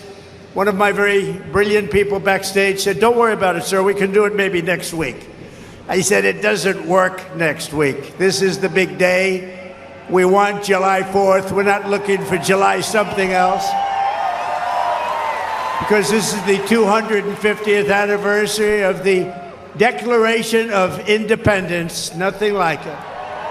You know what I just found out? By the way, and this might speak to George Washington, right? I saw a video about George Washington where they were talking about he had this movement of his slaves every 6 months. The video said 3 months, but in reality it was every 6 months because of the Pennsylvania law. If a slave was in Pennsylvania for over 6 months, they would be deemed a free person at that time, right? This is during George Washington's time. So this goes back to understanding some of the nuances, because a lot of people ask, what are the contradictions of the founding fathers if some of them had slaves, right? So here's the thing. We speak about this all the time. The Bill of Rights, right? You hear Republicans and the talking points always try to say the Bill of Rights is not in the Constitution. That's not the Constitution, right? They lie about that because anyone that has ever read the Constitution, the first thing you will find out is that they made sure that it was understood in the Constitution who writes laws and how laws would be written in the United States of America. And they refused to, without that, they refused to sign it. The Federalists refused, and the Federalists were 70% of the founding fathers. George Washington on paper was a Federalist, but not in spirit, right? So that's what makes him that, you know. So in other words, the majority picked someone that could lure the other ones in. You see, that's really how this works, right? He was not considered a lefty or a righty. You see what I mean? Yeah. So they picked George Washington. That's how he became the first. But it's worth thinking about because the Confederates had their own constitution, and in the Confederate Constitution, slavery was codified. It was law. In the U.S. Constitution, they actually avoid using language like that because the abolitionists already existed in the North. You see what I mean? And that movement was growing. So even those founding fathers, they were aware of that. And George Washington is a prime example of one that was aware of it and had to navigate through it based on what his views were. You see? So I just wanted to mention that. So let's continue. Here we go. For 2.5 centuries, our American republic has stood as the crowning achievement of human history. This country is the home of freedom. This is the land of liberty. And this is a flag that's the banner of the most extraordinary, most acceptable. Look, as far as any Western nation is concerned, the United States has less freedom and less liberty for its citizens than any other Western nation. Like, you just have to understand that. On paper, you have it worse. On paper, you have less parliamentary representation. On paper, less of your tax dollars actually go back to affect your life directly, right? Seriously. Like that's what is going on right now. You don't have universal education. You're the only Western country to not have it. You don't have universal health care. You're the only Western country to not have it. Where's your freedom? Where's your freedom? Where's your freedom? That flag may have meant something at one time. It might have meant freedom at one time. But right now, it is the least progressive when it comes to freedom in the Western world. The least progressive. Incredible nation ever to exist on the face of the earth. and we're doing better now than we've ever done before. Yo, somebody, who was this who said that? Dog Nacelle. Doug, is it Dugan Cell or Doug Ansell? Yo, Doug, whatever that is, that name, I appreciate you, says 45% is incredibly optimistic. Yeah, that's what I'm saying. At best, I should have said at best. I meant to say at best. Usually I say at best. But at best, 45% of your taxes actually go to something directly in your communities or your life in the United States. Soon as you leave the U.S., that number goes up to 60% and even higher in some Western countries. And what I mean by goes directly, we're talking about things like healthcare. We're talking about things like housing, public housing. We're talking about or affordable housing. We're talking about things like education. Yeah, we're talking about those things. We're talking about things like transport systems, stuff like that. Like seriously, Americans ain't doing their math. Too many Americans are not doing their math. Too many. No people have done more good, shown more courage, made more progress, righted more injustice, or achieved more greatness than you, the American people. For 250 years, the United States of America has been the hope, the promise, the light, and the glory among all of the nations of the world. All over the world, they try and be like us. Even Greenland is not trying to be like the U.S. What the hell? So obviously this is where the utter just pure brainwash starts to creep in, right? You soften people up with, I love you, I love you, I love you. I was going to be here even if only one of you was here. I love you so much. And then they go right into the pure brainwash, man. Everyone is laughing. Everyone is saying Americans are fucking stupid, especially people in the West. Everyone in the West is looking at Americans and they're like, damn, I really didn't know how many of you were this stupid. Had I known before, maybe we could have helped and done something about it, but we didn't, because Westerners don't like to judge. You know, one thing you're not supposed to do is interfere in another Western nation's business. That's not typical. But had they known that these people were that goddamn dumb, you would have to interfere because it's going to come back to affect you. Of course. They just didn't know. You see, the tipping point was hard to measure on this one. Well, you waited too long. Now you know what's going to happen. These far too many Americans are uneducated, and what they do with being uneducated is they will fucking attack their allies, yo. They will literally. This is a message to the West. This is a message to the rest of the West. These people think that you are the problem in the West. The people that voted for Trump think that your way of life is the problem.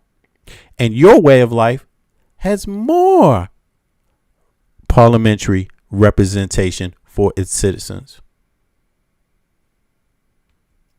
America has been the hope, the promise, the light, and the glory among all of the nations of the world. All over the world, they try and be like us. Nobody can be like us. And with God's help, we will always be this or even better. That means even worse, because if he's praising what it is right now, there is simply nothing to praise. There's nothing to praise. We've done it all wrong, man.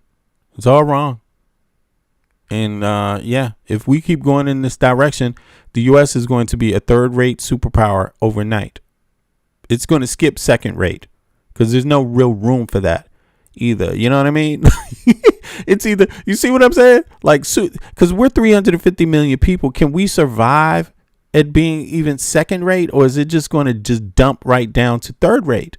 Seriously, like Russia style. Seriously, because you have the EU and China duking it out for first place. Russia won't get first place. They're broke. 150 million people. You know, they're doing bad in Russia.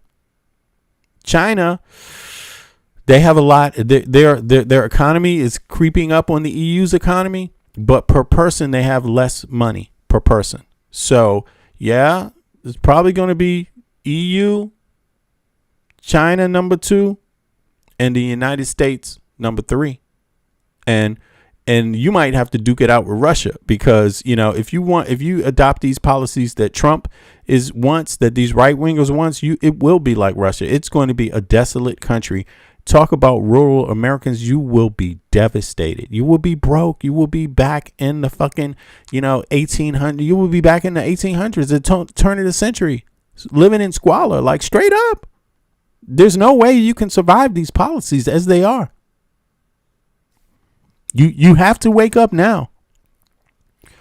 People in the urban cities, people in the blue states, they're not going to go out like that, because they already got their plan. They know how they're going to balance their states. It's through social democracy. They know that. That's why they're telling you. They're going to make sure everybody has a little bit of that money in their pocket to keep things going, to keep their states' economies pumping, turning, generating kinetic energy by moving it. Red states are going to suck all the money out of it and sit in a bank somewhere in the Middle East. And it's not going to do anything to create any wealth for anybody. Like, seriously, this is... We're going to be better.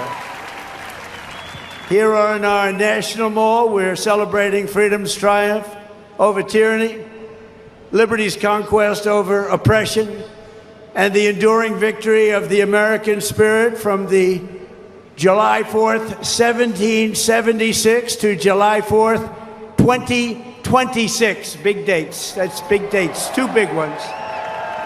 And tonight our country is stronger, freer, richer, safer, and prouder than ever before.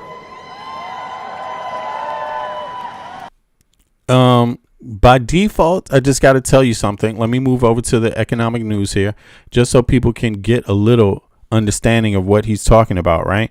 By default, the U.S. has always been getting richer. What the fuck? What the fuck is wrong with this guy? The U.S., I mean, this is how manipulative he is. The U.S. has always gotten richer than ever before. The question is not, has it gotten richer? The question is, does the money go? Is the money in the hands of a few, or is it in the hands of many? Does it reach and stretch out to every American citizen? That's the question. And even right now, soon as Trump took office, you could see 2005, it slowed down. The GDP, Trump came into office and the GDP fucking slowed down. That first year, 2025, Trump came into office. Look at the numbers. It just slowed totally down, the economy. Look, this is Biden years. This was Trump last time. Look, Trump, boom, crashed, went down. That's COVID, so you can blame it on COVID if you want. But this growth is not spectacular, right? But look, so then who comes into power here? 2021. Who's in power there? 2022. You see the difference in those numbers? That's growing like never before.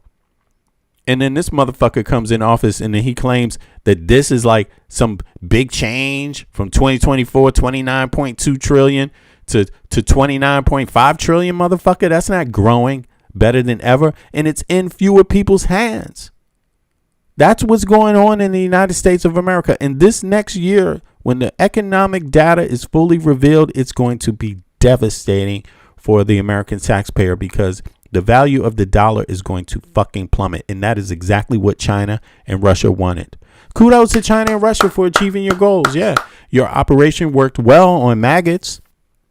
They fulfilled everything. You know, of course, there was some pillars to their plan. They succeeded with probably half of them. 50% is a great success rate. Do you know that? Especially when you're dealing with the United States of America, because it's supposed to be zero success rate. 50% is better than anyone. Success rate is better than anyone could have ever fucking hoped for. And these dumbass maggots gave it to them. Kudos to you, maggots. Thanks for dragging the country down. You guys are really brainy. You know, some real intellectuals. You're really showing what you got up there in the nugget. But it all started with the miracle of history that lives forever in the heart of every single patriot. In Philadelphia, our founding fathers summoned the courage of giants and the wisdom of centuries to boldly proclaim these timeless truths. They declared that all men are created equal, that they are endowed with sacred, unalienable rights by the hand of our Creator, and that among these... Wait a second. Now, let's fact check that. 2 seconds. Let's see this. Let me just fact check that. Alienable rights by the hand of created equal. The wisdom of centuries to boldly proclaim these timeless truths. They declared that all men are created equal, that they are endowed with sacred, unalienable rights by the hand of our Creator. Oh, okay. He said our Creator. Okay, I understand. Okay. And that among these are life, liberty, and the pursuit of happiness. In signing their names to the roster of freedom, those 56 patriots put everything at risk, stepped onto the stage of destiny, and seized a victory for the ages, and that's what it was. And this is an evening for the ages, I believe. This is something very special. This is bigger than if we didn't have the lightning blaring. We had lightning blaring, but this is bigger. Little more inconvenient, but it's bigger. I think it is. What he's not telling you is that there's two groups of founding fathers, right, that signed that document. You have the Federalist and you have the Anti-Federalist. The Anti-Federalists, they weren't for the Bill of Rights. You know, this was put together to bring some of these people from the Confederacy into the United States. That's what this was about. So there was always a weighing in the United States. There was more people that understood slavery was coming to an end by the time the U.S. Constitution was even drafted. That's why they avoid the conversation, right? Because it was about bringing people together. The Confederate Constitution had slavery codified in it, right? The U.S. Constitution didn't, right? Now, you had two groups. You had the Anti-Federalists and you had the Federalists. The Federalists demanded that there be a mention of the Congress writing the laws, and the Bill of Rights would be the first thing that came after. That's what they demanded, and they got that done. The Anti-Federalists, they don't want the Bill of Rights. They weren't for all of that sharing of power. They weren't for voting. They weren't for any of this kind of shit. You see what I mean? They wanted to maintain power in the hands of a few. That's what was going on in the United States now. But we can get into detail. Maybe there's a few things I'm, not getting exact, but that's generally what happened, right? So Trump is not really, and a lot of times our leaders don't do enough to talk about this period in time because too many uneducated people get swallowed up politically because of generalizations, and but the more we know about our country and the foundings of our country, and the more of us that read our Constitution and research the people that actually wrote it, right, and then signed it, and that there were different groups. There's different groups that signed it of founding fathers. You see what I mean? So the more you find out about it, the more you know about what actually happened on that soil, right? If you don't read about these people and you don't read the Constitution and you don't read about the people who signed it, what their views were, you don't really know what was going on. You will be left to assume a lot of things. And that's where the politics slip in, because they will convince you of things like you heard all the time. That the Bill of Rights wasn't in the original Constitution. It's not a part of the Constitution. Like, you can just throw it away. That has your voting rights in it. All those other amendments are constitutional law. Constitutional law, how it's created, is mentioned in the Constitution. That's the first thing that's mentioned there. So you see, these people really, they played a game on American people's minds. And a lot of these right wingers, I said red wingers, but it's the same thing. They fell for it, hook, line, and sinker. They fell for it, and this is their man, Trump. This is the guy that's scamming them with it. He's the main benefactor. He's the sellout pawn. He's the Manchurian benefactor. But the billionaires behind him, Russia and China, are the real. Elon Musk, and these Peter Thiel, these kind of groups, they're all aligned with something else that has nothing to do with the United States of America. And China and Russia. They are the real benefactors of Trump. It's not the right wing, the average MAGA voter. You are the loser. You are the pawn in this situation. And they're going to keep on pimping you out until your ass ain't got no more juice left in it. Like, this is what Trump is up to. He's sending your ass out there on the street again. Get out on the street, bitch. You better come back here with my fucking money, too. And they're giving you nothing. And then he's going to come out and give his I love you speech. This is what it is. Its own way, it's more beautiful. From the beginning, we were a nation that lived by the motto, victory or death, and live free or die. One out of every 100. Here it is again, live free or die. But are you living free? I mean, he's not even mentioning that you have less parliamentary representation of all American citizens, of all Westerners. U.S. has less. American citizens have at best half the parliamentary representation of Westerners, of all other Westerners. At best, half of the EU. At best. At worst, you might have 30 times, 40 times less than some EU countries in terms of parliamentary representation. That's where your freedom is, literally, in those numbers.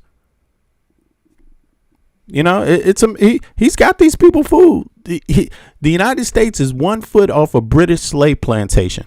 You're 1 foot off of that original situation, being a servant, indentured servant,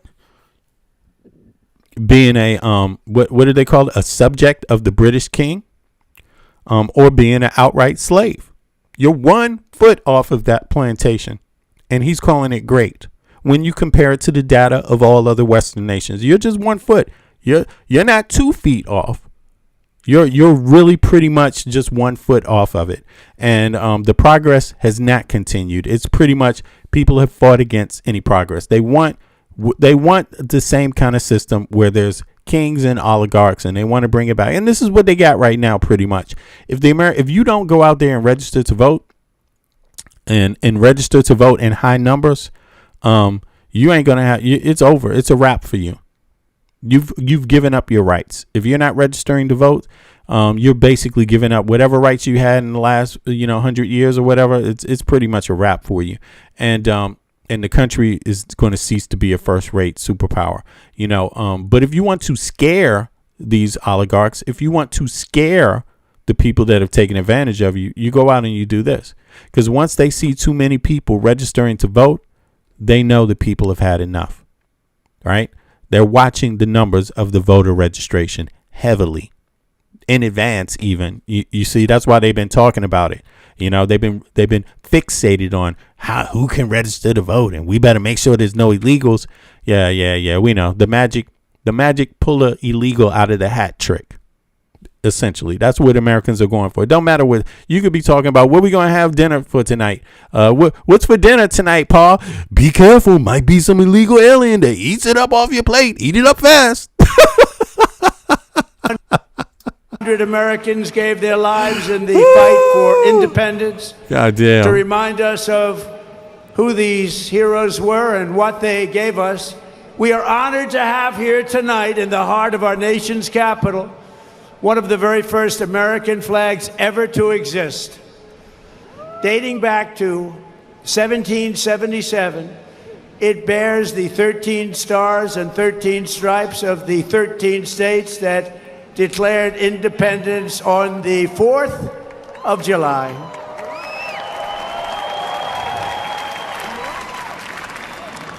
There it is. This was the flag that flew victorious at Saratoga. And these are the real deals. And they hate this goddamn flag because this was the one that. So look, if you love this flag so much, then why do you keep bringing the fucking Confederate flag to your rallies? Really. These are the real flags. These are flags that have seen a lot. These were the stars and stripes that flew triumphant when the British waved the white flag of surrender at Yorktown. That was a big surrender. Nobody thought that was possible. They were the greatest power of the world, and they surrendered, and that was the beginning. Ever since, the entire world has been on notice that Americans will never let anyone take our freedom away. Won't happen. So what about the Bill of Rights? What about the Bill of Rights? What about the Bill of Rights? You know, it's crazy. Let me see here. Let me pull this up. I'm gonna let him talk and pull this up. And all these talks from the communists, they haven't got a chance. Not even a chance. We don't want communists in our country.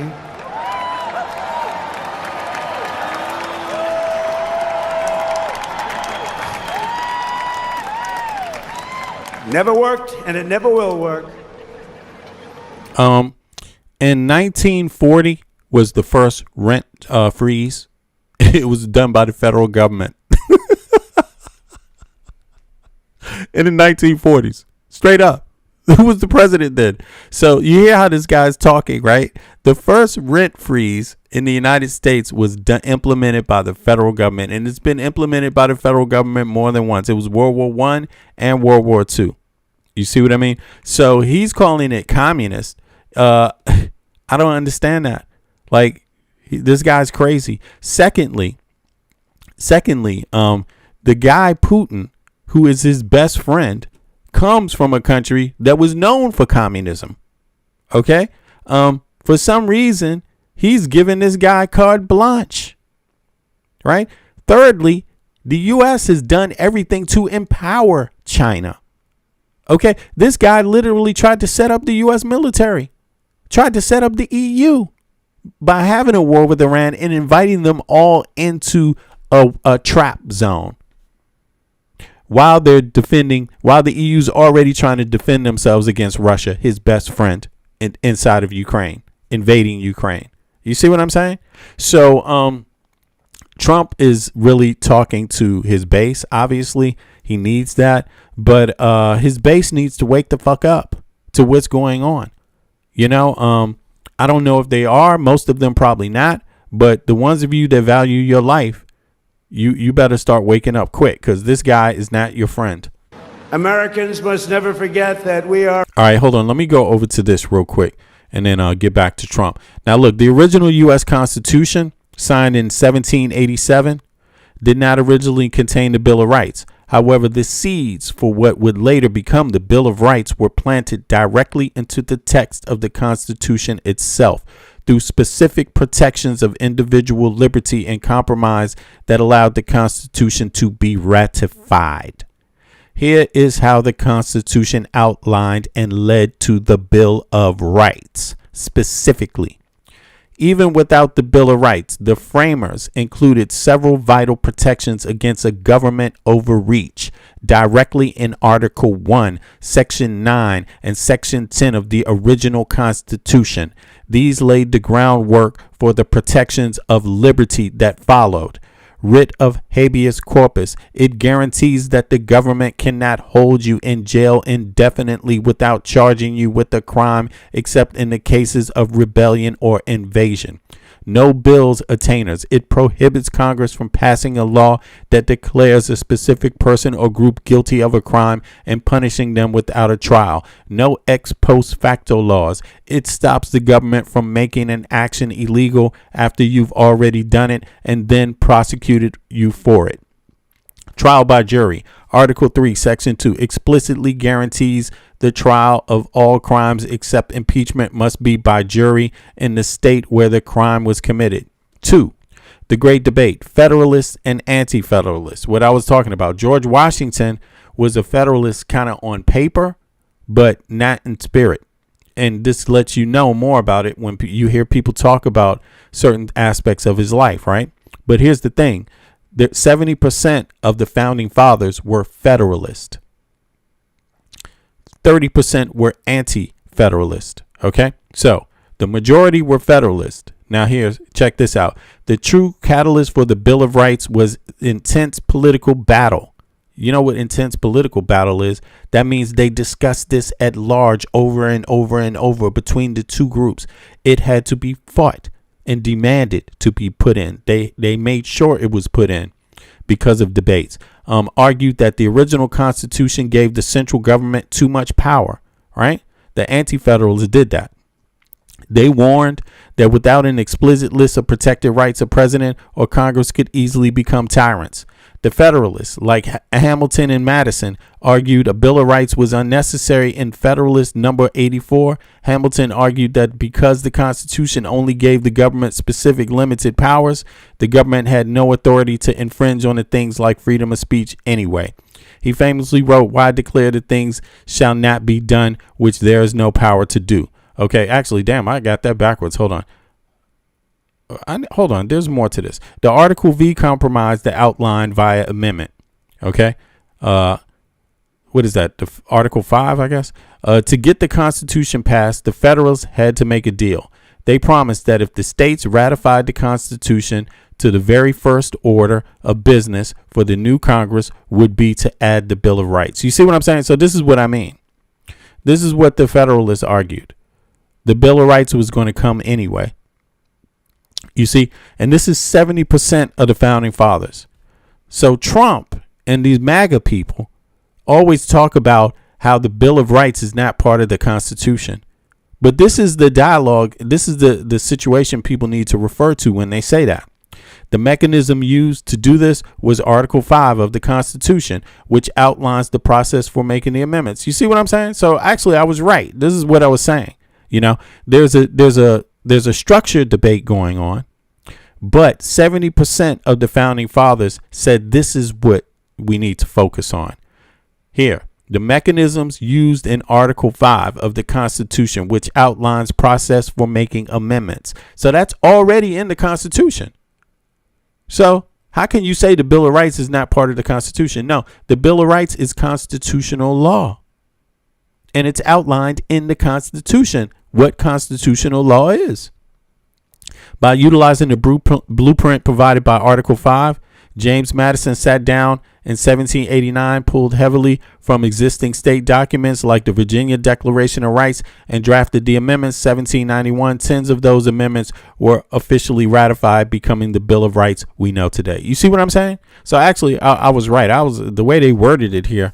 Actually, the whole debate, I didn't totally understand that the anti-federalists were concerned about that question too, about rights, and that there weren't enough rights there. You see what I'm saying? So any way you look at this, nothing these MAGA people say makes sense anyway. It doesn't really matter if you're talking about anti-federalists in terms of that point or federalists. You know, they just blindly come up, and you got to ask yourself, where did they get those talking points from? And who helped insert those talking points into the American sphere? Who else knew about it? Did foreign governments do that with troll farms? Who else was aware of it? Who else used those talking points? Did any MAGA political groups and people use those talking points? I mean, you know. But in any case, let's continue. We are a historic and heroic people with a heroic spirit and a heroic purpose on this beautiful earth of ours. We are made of the courage and the fire and the flesh and the blood of the best and the bravest people this world has ever produced. We are the bravest and the best. Tonight we pledge allegiance to the flag they gave us, and we say, God bless the immortal patriots of 1776, and long live the cause of independence. May it reign forever and ever and ever. We will always be on top. We will never let our country fall. We will always be the best. Our founders not only won our liberty, they secured it with the most righteous political document ever conceived. It's called the Constitution of the United States. Very special. And it's because of their genius that we remain the finest people on the planet after 250 years. Unlike so many others in the world, in this country we have freedom of speech, freedom of religion, equal justice under the law, although I wasn't treated that way in the world, in this country after 250 years. Unlike so many others in the world, in this country we have freedom of speech. I mean, every country in the West has freedom of speech. Every NATO country has freedom of speech in their constitution. Like, what's up with this dude? But let me refer to one other thing real quick. You there, Michael? I think I heard somebody hop up. Yeah, okay, 2 seconds. Let me point to this real quick. before we go. Now, going back when he's talking about communism, because this is what they're talking about. Listen, you got to understand. He called Kamala Harris a communist. What was she asking for? So this is Tim live, right? Guys, V. Yo. Thank you, V. Yeah. No worries. I'm here. Thank you. All right. I'm not on today, but for personal reasons, this is why I am a co-contributor, eventually a co-producer. You're great. Believe in your greatness. Yeah. You're okay. it. Thank you, Me. bro. You. I'm headed to the right points, right? No, you're it. Fuck the point. All right, you, Victor. Thank you. Dude, you really got it. Victor. I hear you Thank guys. you for saying what needs to be said, to be honest. Thank you. Right? And this is me, boots on the ground, expressing our channels, our values. Boots are firmly on the ground. There you go. Right? And for the viewers, this is what we do in the background, right? Educating, promoting, and galvanizing, right? So thank you, V, right? Continue doing what you do. Thank you. Yeah, thank you guys so much. I appreciate that. You know, you guys got me in tears almost, you know, really seriously. I appreciate that so much because, as you know, this is the moment in history that we all have to stand up. Shit is really bad right now. And the way we're going to do it is through these mechanisms, through getting rid of this discrimination, disputing the lies about our country, you know, making sure everybody has equity in it and letting everyone know why we have equity in it, because it's been that way. That's what our struggle has been in our country, you know, and it's going to be a battle, but I appreciate you all for your kind words. You know what I'm saying? It lets me know that I'm doing something positive. You know what I mean? Because you're in the States right now feeling it. I'm on the outside just saying, what the hell can I do? Like, I'm seeing my country fall apart. What can I do? How can I contribute? So I appreciate that validation from you all so much. Appreciate you. Yeah. So, all right. So that was Mike. He's on the boots in the ground in New York. You know, they just had the 250 in New York also. So, and Mike is one of the main contributors here. And like you heard, soon to be a co-producing contributor. Also, that means he's going to be putting together some segments also. And I actually draft my segments. I have a certain way that I draft them, but he also has some experience. So that's what we mean by producing also. So, but we know Mike has heavy information. He's got heavy experience in civics, in politics, in the country, and he's boots on the ground in the U.S. And he does have his network across the U.S. So that's why I work with Michael. I'm privileged to work with Michael, and I'm so happy to have you, bro. I appreciate that so much because we talk about where the channel is going, and it's not a channel to be out of fiction. It's an anti, it's an anti, what can we call it? Anti-fascist channel. That is what it is, and it is a Save the United States channel from criminals. That's what it is. I mean, what these people have done to our country is rob us. They have committed crimes on the soil of the United States of America. They have Trump and his cohorts, Epstein and all of them. And they think that we're all stupid, and they wanted to get us to go hiding who we are and playing their game. No, man, fuck that. We cannot hide. We have to stand up for who we are. And we got to stand up for who we are based on what we really know. And that's going to be the difference in the outcome, And so I appreciate you, Mike. I appreciate you, man. Yeah. So let's get going. Look, let's get back to this. Look at this. They wanted to call Mom Donnie a communist. They call Kamala a communist. She's a center Democrat, pretty much, right? Center leaning, slightly left, maybe you could say. I just say center. What's wrong with that? They wanted some things. There's nothing wrong with center. We're framing housing as center American politics. Why does housing have to be a Democrat or Republican thing when it's not in any other Western country? But in any case, now that Mondani is here and he did the rent freezes, they're calling him a communist, right? But who? The very first hard rent freezes in U.S. history were instituted at the state and local levels immediately following World War I, with the New York State Legislature and the U.S. Congress acting as a local government for Washington, D.C., leading the charge. Okay, so it was first done in D.C., the rent freezes. Who? Under President Franklin Delano Roosevelt. Right? This is what it's saying. Right? This is in DC. So historic timeline, right, is coming. Now check this out. First local freezes post World War I, 1919 and 1920. During World War I, residential construction ground to halt as resources went to war efforts. When soldiers returned, a several housing shortage caused rents to spike, sparking massive rent strikes by tenants. In New York, the New York State. So this is World War I. Mondami wasn't there in World War I. And this dude is calling him a communist. You know, this is basic 101 U.S. history to understand. If you don't know this history, this guy's going to fool you. He's hoping that you just go on Mondami's religion or his color to say that, he's going to do something bad. No, the people that look more like Trump did this before in 1919, you know? So here, New York State legislature passed the emergency rent laws in 1920. Rather than setting up the government regulatory board, the legislature gave municipal courts judges the power to completely freeze a tenant's rent if the landlord cannot prove the price hikes were reasonable.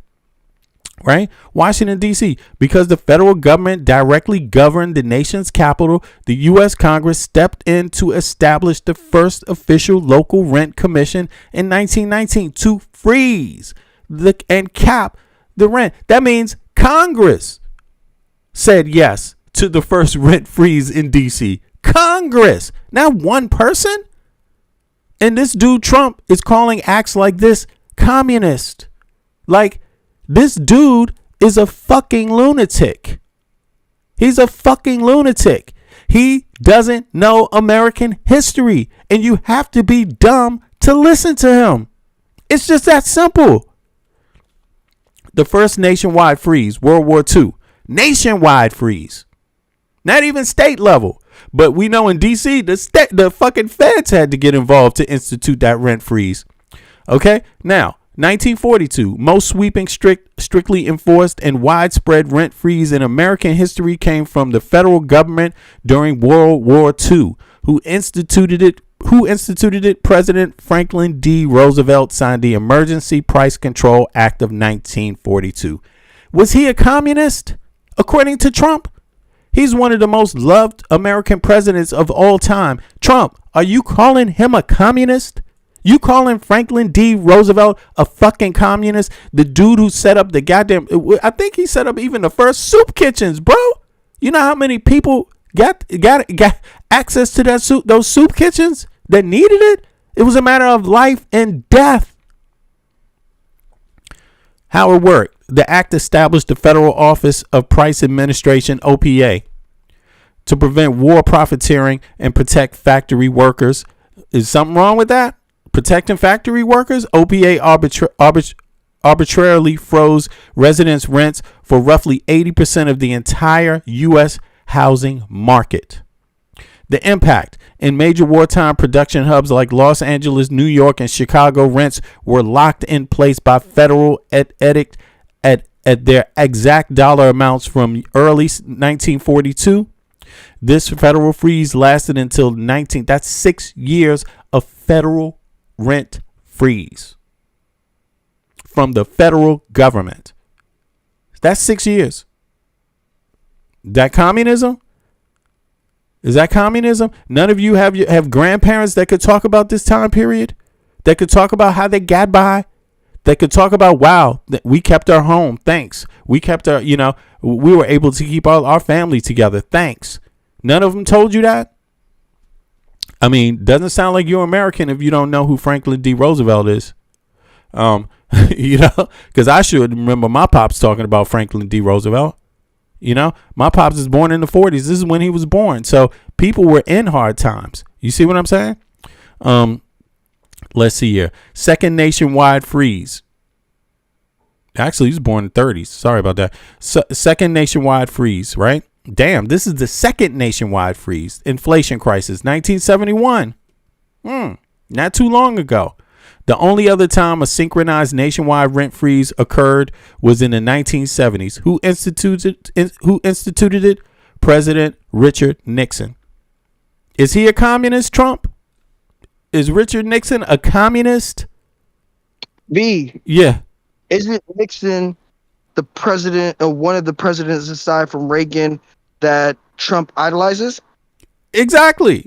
This is who the Republicans idolize. This is who J.D. Vance was up there talking about the other day. You know what I'm saying?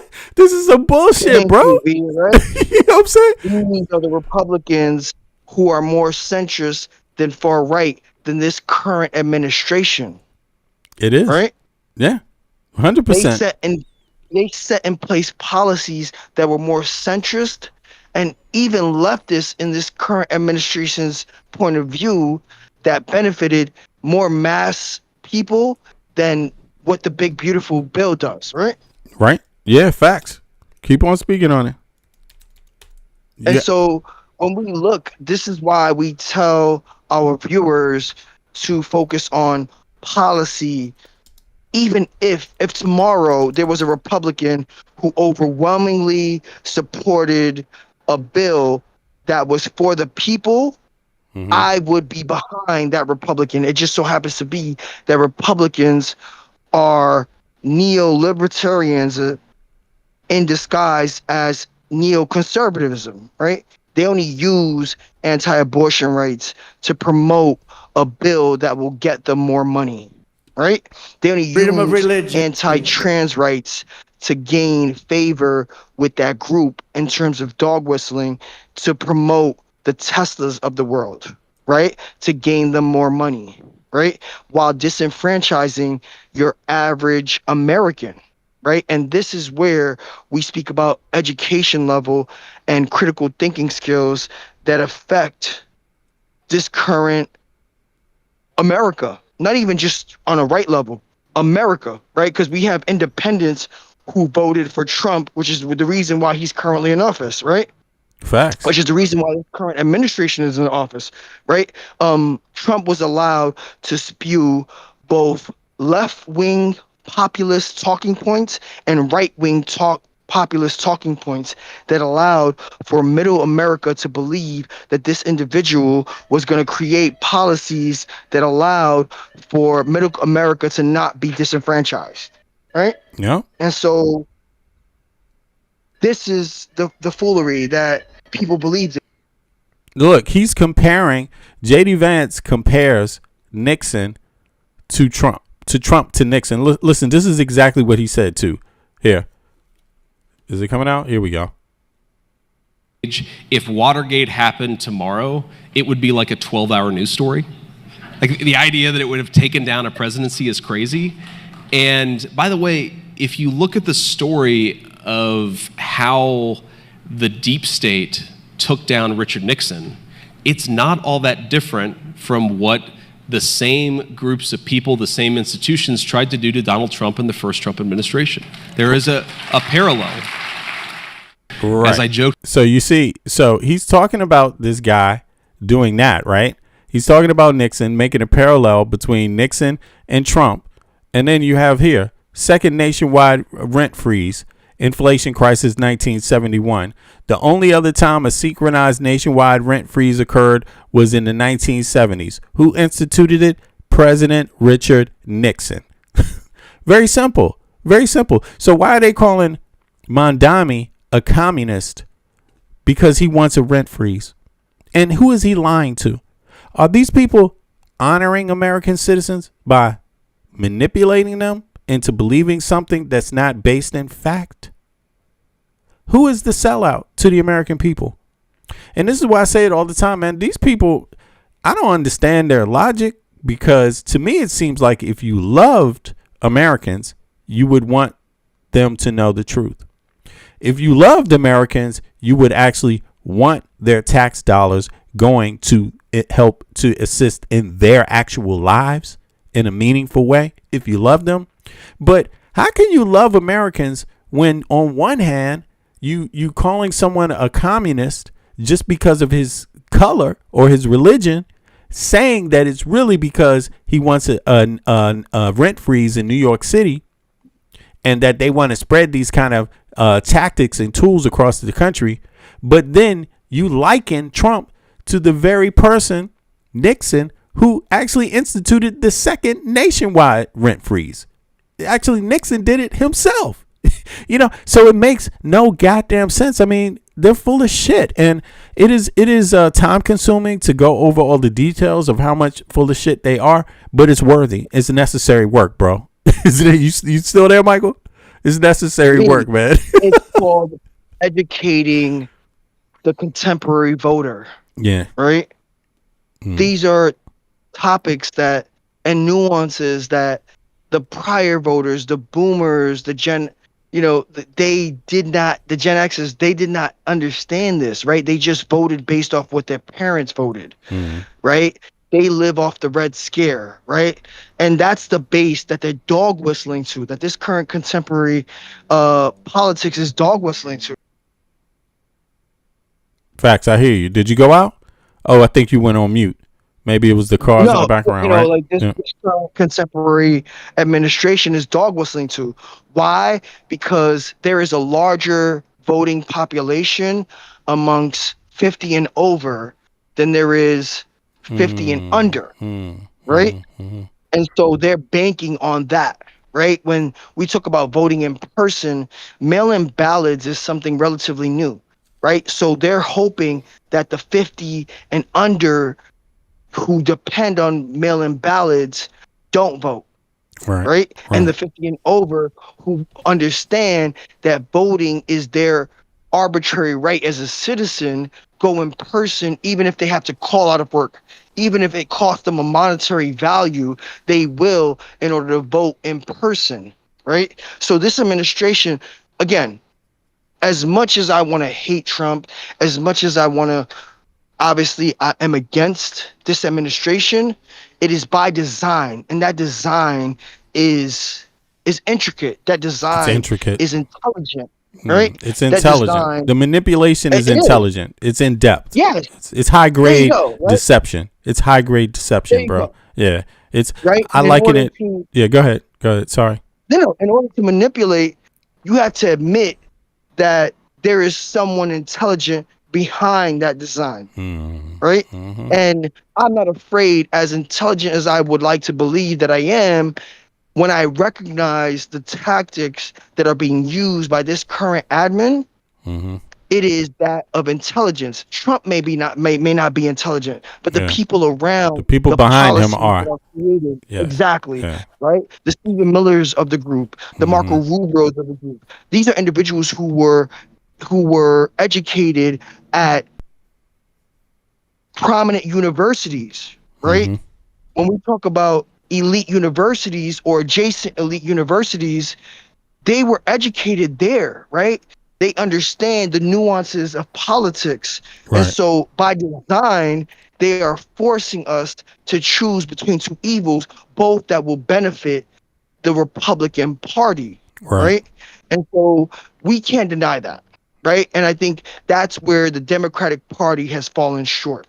Right. They didn't design a pathway that discriminately promotes Democrats. Right.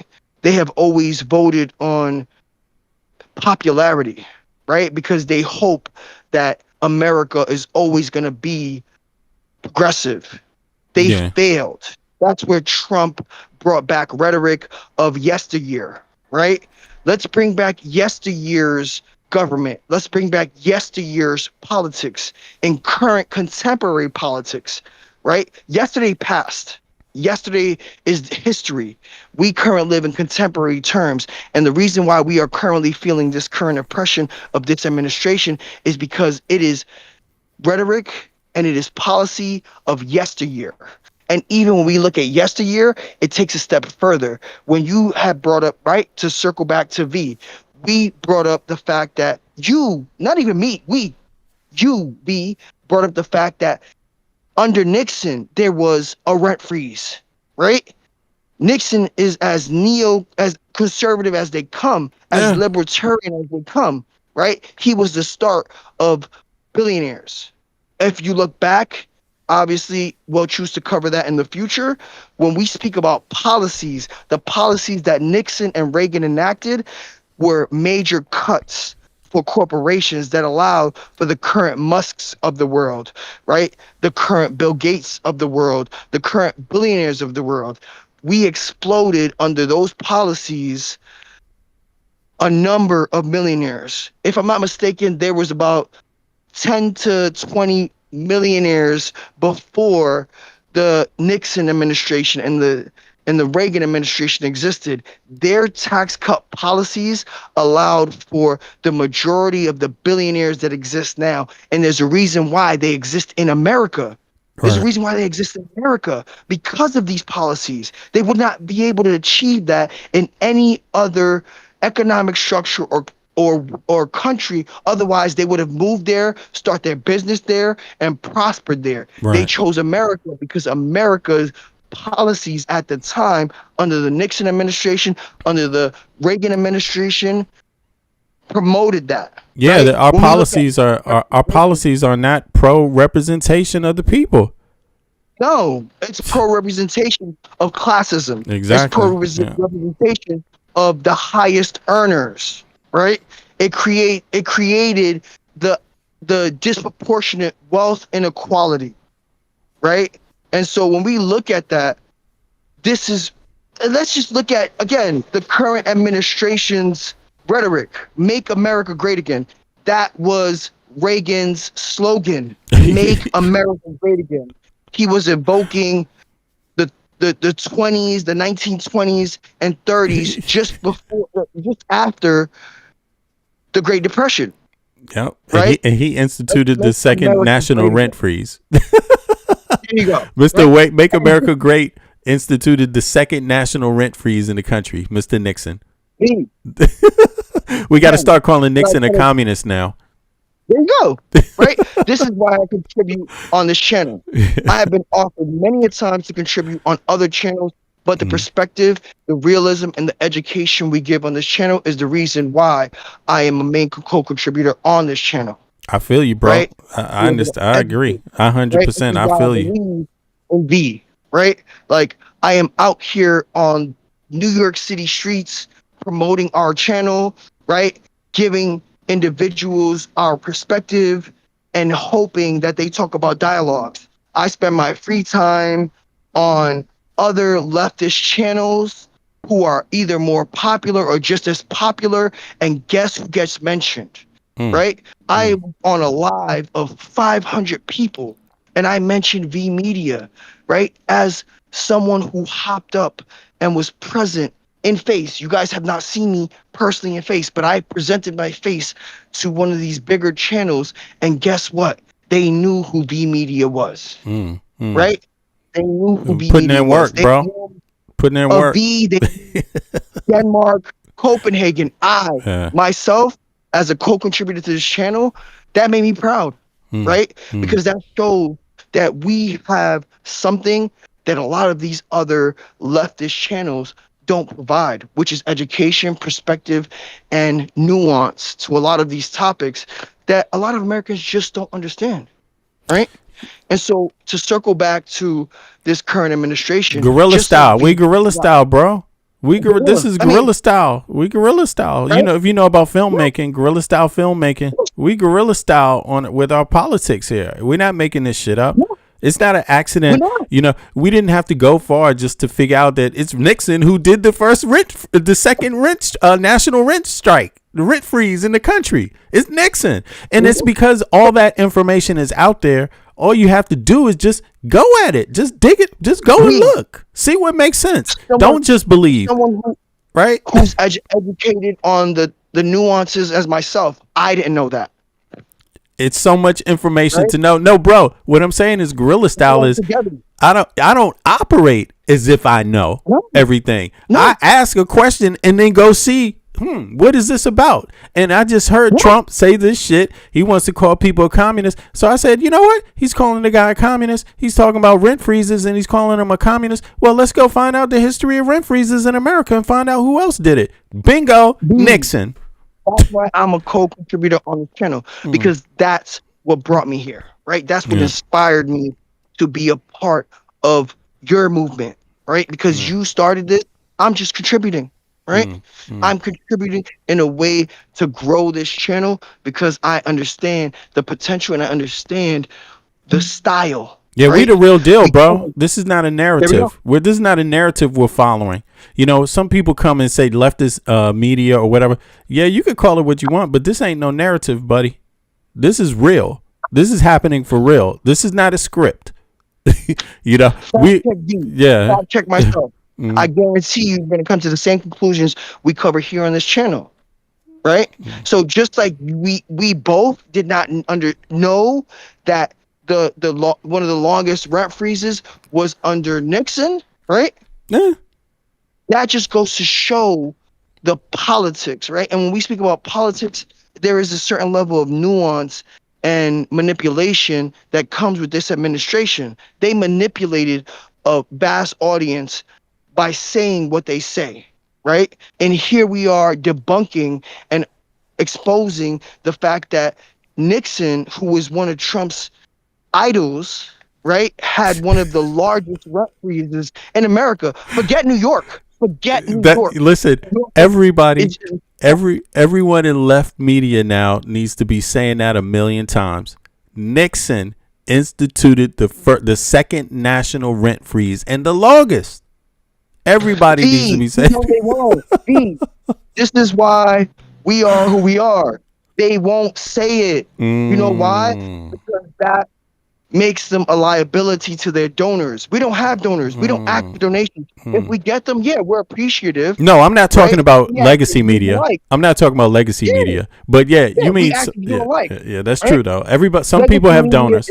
Yeah, that's true. It's funded by donors. Even legacy media is funded by donors. Yeah. If we think legacy media isn't funded by the establishment Dems, we like that's a lie, right? Like we know they are.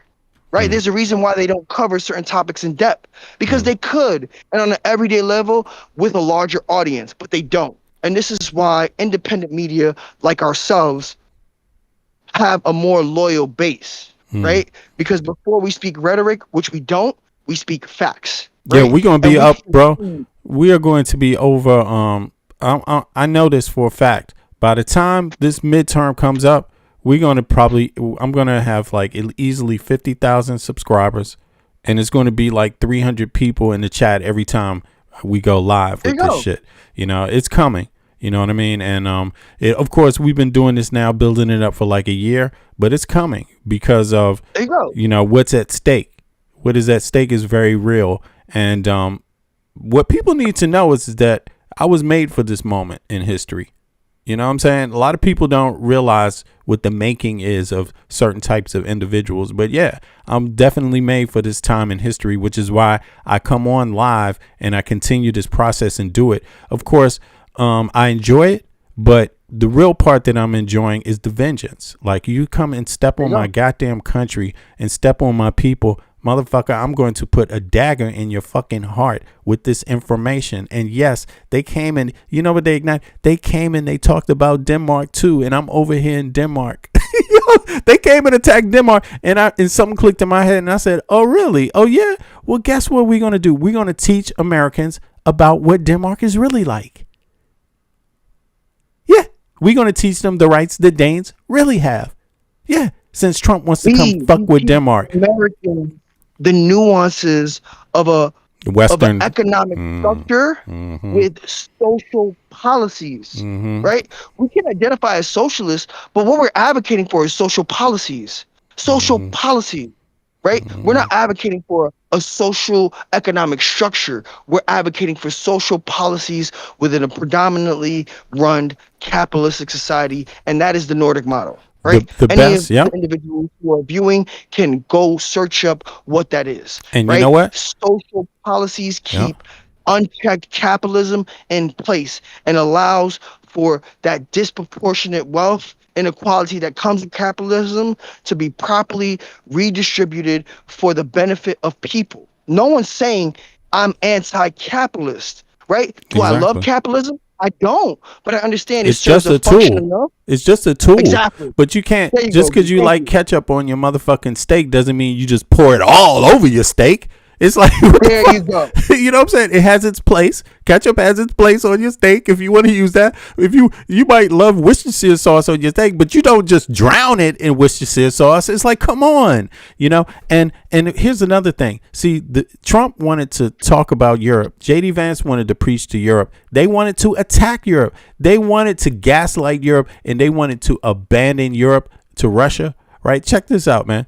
The best revenge that Europe could have is to teach the American people the truth, that they have been underrepresented in terms of parliamentary representation per person, that their taxes, they're underrepresented with the amount of taxes they pay, because every other Western countries, the taxes that the citizens pay, 60% or more directly go back to the taxpayer's life. You see what I mean? You know, this is how you get back at these motherfuckers, by teaching Americans what they've been missing. Teaching them that freedom is in those key elements right there. Freedom is in taxation without representation. I mean, that's where your freedom lies. If you don't have representation with your taxes, you don't have freedom. Period. You can stop talking about freedom. Do you have a representative government if they're taking taxes and not representing your best interest? Exactly. Exactly. You know, so so a few, you know, all these dynamics came together, all these data points came together and crystallized, and they crystallize over here. You know what I mean? And that's why we're going to continue to get more popular. That's why it resonates with people. And also, it takes people some time to get the information, but at least we show them the actual information so they can think about it themselves. They can rewind the video. They can fact check everything. You see what I mean? And it's not just jargon over here that we talking about. America is great, or Europe is great, or yeah, socialism is great, or yeah, capitalism is. We're not just talking. We're explaining exactly what components, you know, are behind these things and how they work, how they can work together, or how they can be defeatist, you know, depending on how much you rely on one or the other, you know. 2 seconds. Yeah. So I appreciate you, Mike. I appreciate you 100%. And yeah, you were part of this journey, man. You really came at the right time, and I was asking for it. But see, the difference for me is that I'm willing to ask. You know, I literally asked for contributors. I expressed myself on the channel. I told people I want people to hop up. I want people to correct me. I want people to add on. And you were one of the people that heard the call, bro. And you know what? I couldn't have gotten a better contributor. Yeah, there's Fries too. I'm not comparing you guys, because Fries is on fire himself. You know, he's got a different personality though, which is who he is. He's in the military. He's a vet. So of course he's going to have a different personality. But I connect with Fries on that level too. You see what I mean? Like I can understand him on that level, but together, both of you guys are just on fire, man. You guys are even more knowledgeable about many things than I am. Like totally. You guys have a head up on civics with me.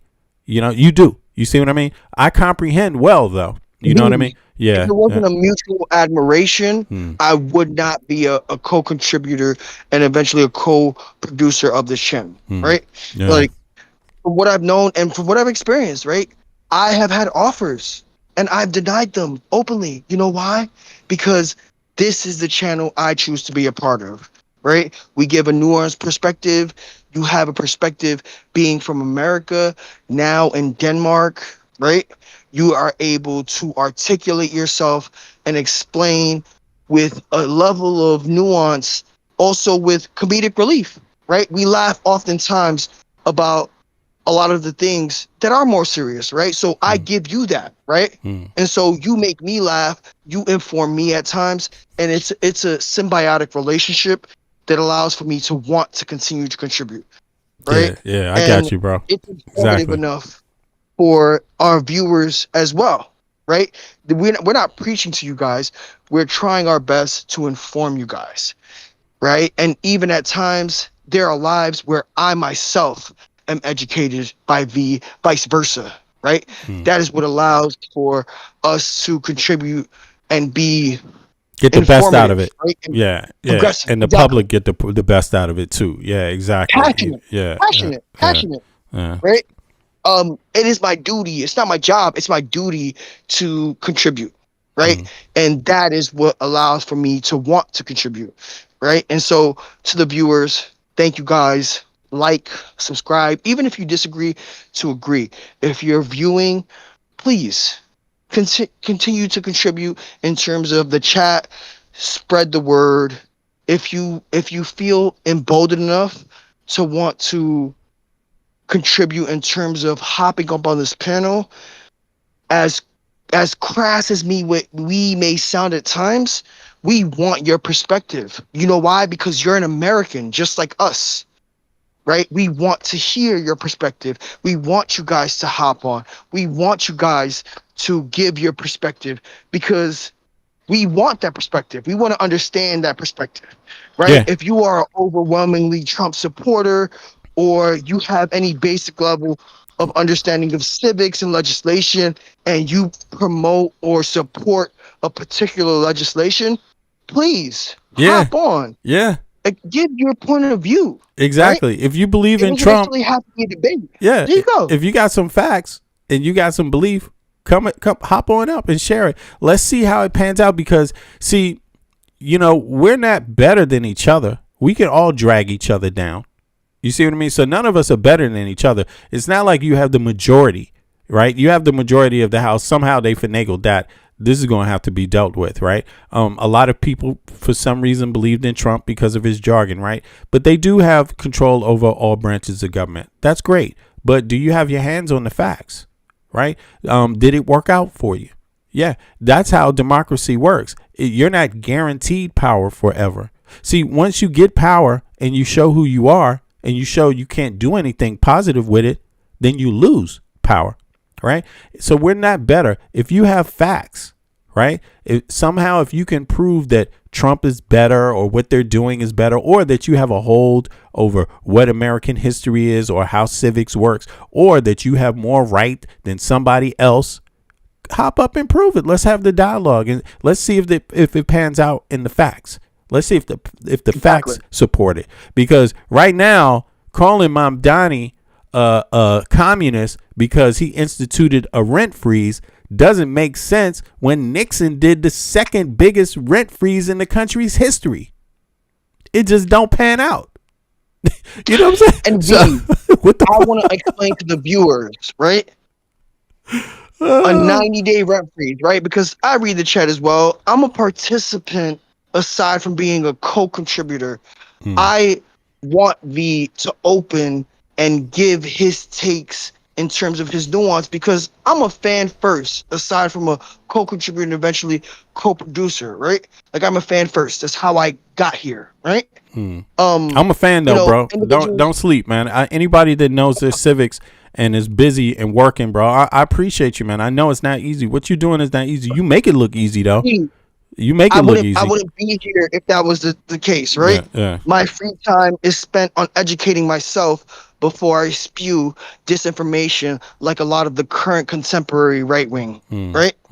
I'll before I tell a lie, I'll educate myself. Information like a lot of the current contemporary right. Some ultra lefty space utopia that exists, right? I wouldn't speak on it if I wasn't educated myself on it. And so, like I said, right, I am a fan before I am a contributor, right? So I love to see you open, right? And this is obviously more personal. I make sure that V opens. I will not automatically tune in, 15, 20, 30 minutes before the live. Why? Because I'm looking at the chat and I'm also listening to V because I'm a fan first, right? And so with that said, I want individuals to feel emboldened to hop up, right? If you can counter the time I put in or the time we put in order to educate ourselves on the civics nuance, on the legislation nuance, right? If you could give me a counterpoint on not capping or capping the House in general, please, let's hear it, right? Yeah. Let's have that discord because we're all American first, right? Yeah. As much as I disagree and dislike MAGA, I don't hate you because you're American just like me. Right? I don't hate you. Want and what we want. I don't hate you, but if you come down the street with a gun, Yeah, I don't hate MAGAs, but if you come down the street, if you think you're the only people that know how to walk, if you think you're just going to walk through our communities and threaten us openly, I don't hate you. I'm just going to advise that people fucking get rid of your ass. Like, you're not going to terrorize us. That's not your right to terrorize liberals. Like, you out of your goddamn mind. It's not out of hate. It's out of defense for your life. Yeah, we have to defend our lives. You know, that's not hate. The Second Amendment exists for every American, including the right. Just because you choose to exercise it more does not mean that there's a liberal in this world who can't exercise the same right that you choose to threaten us with. Right? Yeah, we have the right to defend ourselves from threats foreign and at home. Very simple. So if their behavior is deemed threatening, we have the right to defend ourselves. It's very simple, and we're not going to keep putting up. We're not going to put up with this shit. Like, it's done. The days of putting up with it is over. These people need to learn how to stop threatening Americans and American citizens too. They need to learn how to stop it. And if they don't learn themselves, somebody's going to show them, and it's going to be another American citizen. Just simple. But I don't want to focus too much on it. But they've tried to make it seem like threatening behavior is okay. That's your freedom of speech to walk around and do all the, say all this fascist shit, or even carry guns, walk around. They've done enough, man. They've done enough. In today's climate, to walk around with a mask and a Confederate flag as if that's freedom of speech and not offensive to anyone, and no one's supposed to say anything. Yeah, no, right? It scares people. It scares people. People with masks should scare you. Yeah. Right? That we have open racism and conflate it with freedom of speech without consequence, right? Because no one's saying you don't have freedom of speech, but that freedom of speech should come with a level of consequence on an individual level, right? Your employer should know that you're a bigot, right? Your personal friends should know that you're a bigot, but you wear a mask to hide it, right? That's what offends me, right? I don't care if you're a bigot, expose it, right? Show your face, right? Right? Show your face. Let everyone that you know and come in contact with that you dislike or feel like people of color deserve less rights than what you have, because you feel emboldened, that because you feel that someone who looks like you deserves more rights than someone who doesn't look like you. It's ignorant, man. It's so ignorant. With it. It's un-American. Yeah. It's un-American, bro. Right? Allow for the world to judge you by your views. Don't be a coward. Don't hide your face. I look at these people on this screen, right? The people that are at this Trump rally. When I look at them, I don't look at them like they're some sort of problem, like I can't talk to them, or that they can't be nice people or civil people, or even be lefties.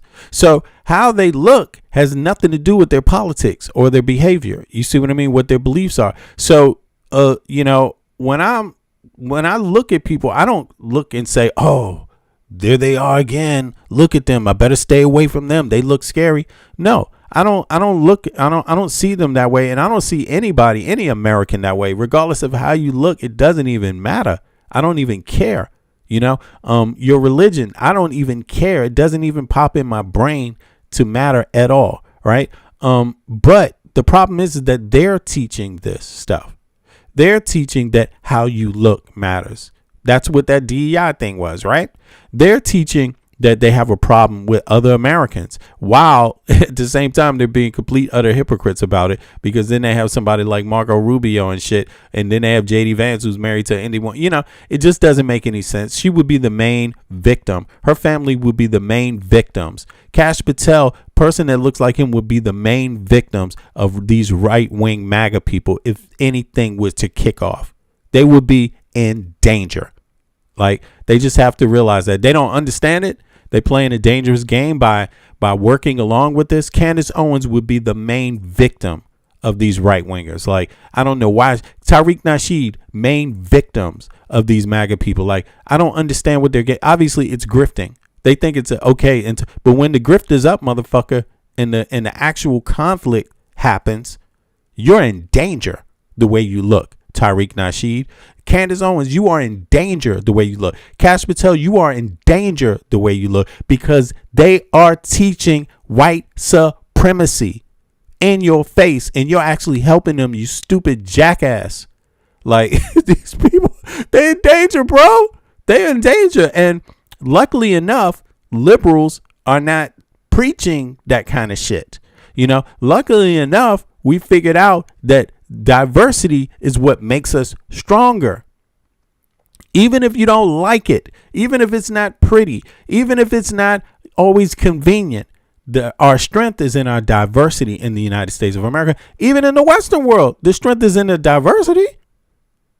People, listen, the more diverse your population, the more diverse your population is. Haven't you noticed those are the countries that have the biggest economies? Haven't you noticed that? That's what it is. And diversity doesn't only have to be color. Diversity can be religion, ethnic group, language, even. Just peep it. You know what I mean? So these countries, the Western world, would not be economic powerhouses without diversity. That people may not. I said it may not be pretty. Even goddamn slavery, there was diversity. There was an understanding that, wait a second, we need some diversity in this goddamn thing for it to work. Even in indentured servitude, there was diversity. You see what I'm saying? So I'm not saying that it always looks great, but I'm saying that's how they got to jump on things. That's how they got to jump. That's how they built their economies, and to now think that, wow, wait a second, diversity is not the key. It's like, wow, that's an interesting phenomenon that just sprang up. You know what I mean? Because it's going to plummet your economy. It's going to plummet your economy. People are, even the United States, are they having an issue with birth rates? You see what I'm saying? I mean, it is just what it is, so it's a part of the world that we live in, and the whole world is moving this way, whether you like it or not. Other countries, you may not notice the diversity, but other countries are realizing that their economies are getting better when the different ethnic groups of those countries work together better. That's what emerging countries are finding out. And yet the United States is running away from its diversity. It is what it is, as you can see, I opened the chat back up. So now you have the roaming bots in there asking, why are blacks so illiterate? Wow, that's interesting. Why are maggots so illiterate? Why are they so illiterate? I don't know. But why anyone would be illiterate, black or white or any other? The reason why is because they don't have access to education. That's why. That's the same reason for everybody else. Very simple, So, yeah, but on that note, I think I'm going to be out. We've been here for a minute. Let me ask you something. Put a 1 in the chat if Nixon, when he instituted the rent freeze of 1970, the national rent freeze of 1970, put a 1 in the chat if that makes him a communist. Put a 2 in the chat if it doesn't. So let's see here. Let me also put this up here. You can also do this poll real quick, and then we're going to be out of here. Let me see here. Was the rent, I will put it this way, was the national rent freeze of what year? Let's pull this up on the screen again so everybody can see. Boom. Here we go. 1971. Of 1971. A communist act. Right. National Rent Freeze Communist Act. Here, let's see here. Done by Nixon. There we go. Question mark. Was the national rent freeze of 1971 there you go. So there you have it. Hope I spelled that right. Check out the thing. Here we are. It's up there in the chat. The poll is there. Was the national rent freeze of 1971 a communist act done by Nixon? For those that don't know, that are just coming in the chat, yes. The second nationwide freeze, nationwide, that's national rent freeze in the United States history, right? 1971. The only other time a synchronized nationwide rent freeze occurred was in the 1970s. Who instituted the rent freeze? President Richard Nixon. Who instituted it? President Richard Nixon. Who instituted it? President Richard Nixon. Who instituted it? President Richard Nixon. The second nationwide rent freeze. Why? Because of the inflation crisis. How it worked. In August 1971, Nixon issued the executive order 11615. Had nothing to do with Congress, so blame him. 11615, using powers granted to him by Congress under the Economic Stabilization Act to combat runaway inflation. He instituted a mandatory 90-day nationwide freeze on all wages, prices, and rents. Damn! Even wages? Even just prices and rents? Whew. Summary. While New York state lawmakers and Congress pioneered the first localized emergency rent freezes of 1919 and 1921, it wasn't Mamdani. President Franklin D. Roosevelt administration was the first to institute a mandatory rent freeze across the entire country in 1942. But when was the second nationwide one done? Who did that? So Nixon didn't learn from the mistakes of Roosevelt? Roosevelt the commie? According to Trump, according to Maga, Roosevelt the commie. So who followed in Roosevelt's footsteps? Nixon, the communist, did. So there you have it, folks. Those are the facts for today.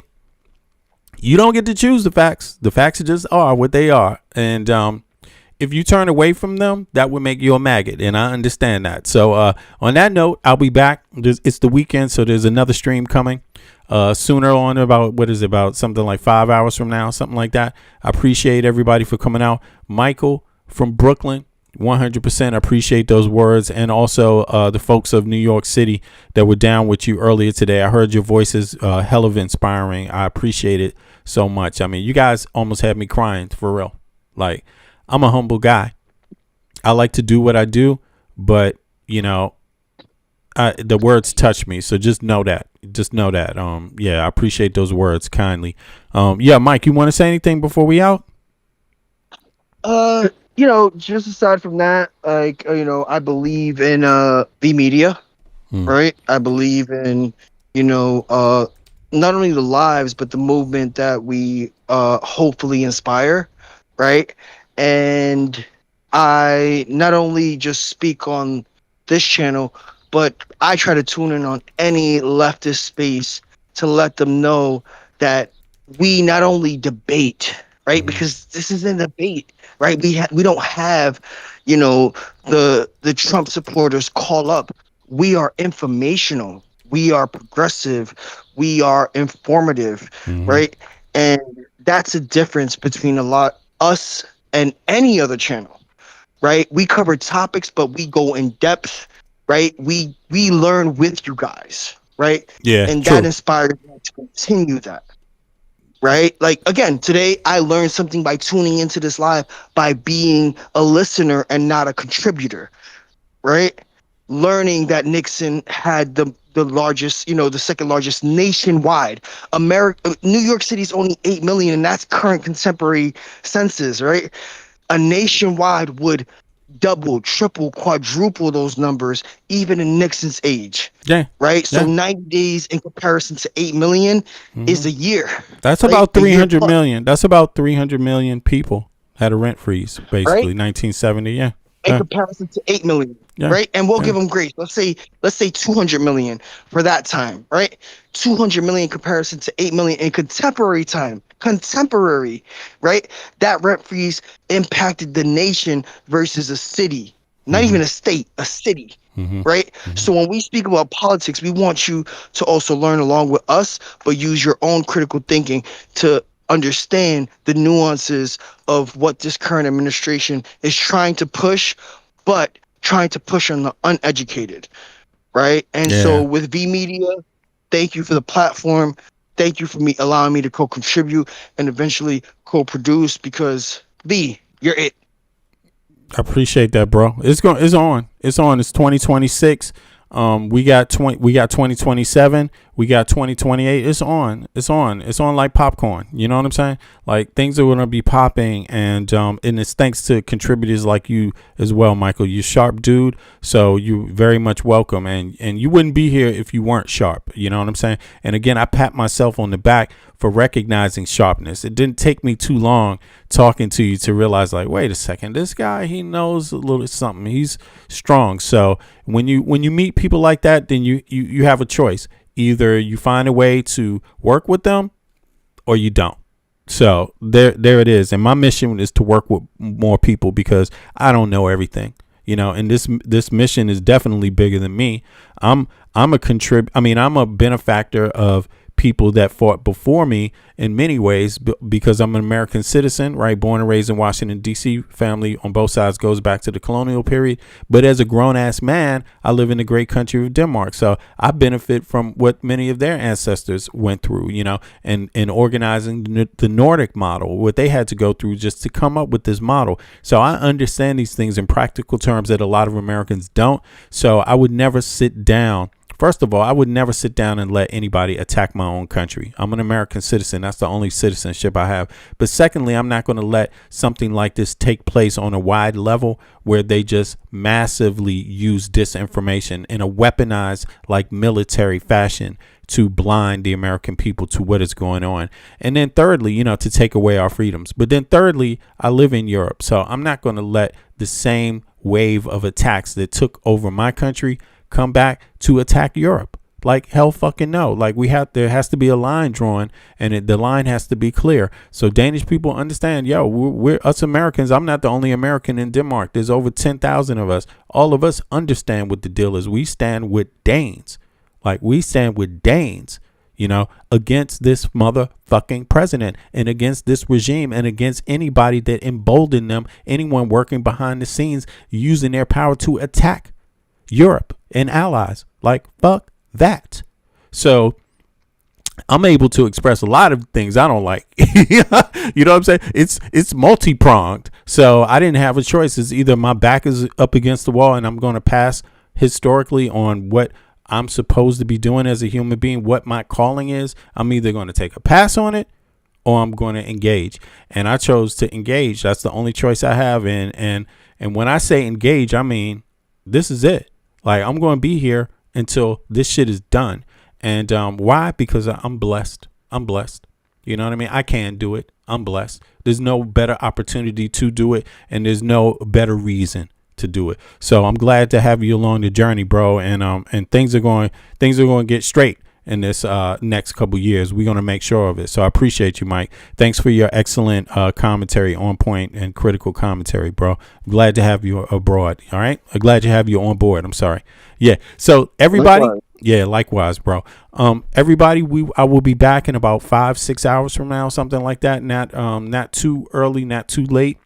But I'm going to try to keep the schedule for the 18 hours from now thing. So I will be back for a shorter one sometime today before that. But I appreciate all the viewers for coming out and watching once again. Do me a favor, click the like button if you haven't clicked the like button.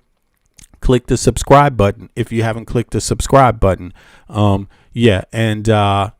share the videos. If you get an opportunity to share the videos, do that, because like Mike B was saying, listen, there's not a lot of places you're going to go where you're going to get all this commentary. Like we were saying, if you think that it's critical in the conversation about rent freezes, if you think it's critical for Americans to know that Nixon issued the second largest nationwide rent freeze across the country, lasted for 6 years, if you think it's critical for American citizens to know that, if you think all left media should be talking about that, if you think legacy media should be talking about that, if you want somebody saying to Trump this shit on TV, by the way, sir, you said Mamdani was a communist because he instituted a rent freeze in New York, but what about Nixon? Did he not issue the second largest rent freeze nationwide in 1971? Mr. President, what do you say about that?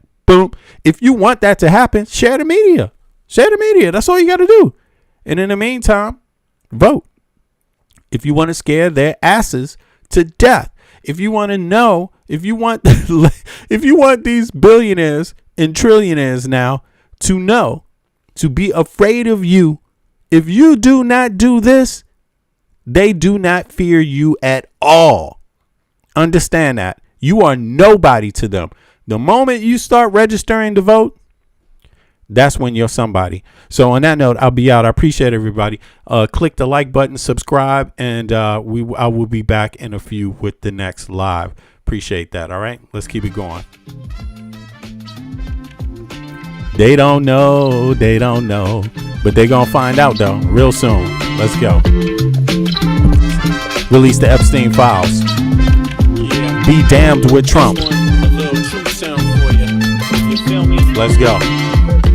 They don't know that I'm gonna make it right tonight. They don't lie, but I'm gonna say it like I know. They don't know that I'm gonna hit them with this shit. They don't lie, that I'm gonna be your mind tonight. Born on this planet full of hate, inherited from our harshest past, embedded in our society's identity. But then again, can you tell me that's free?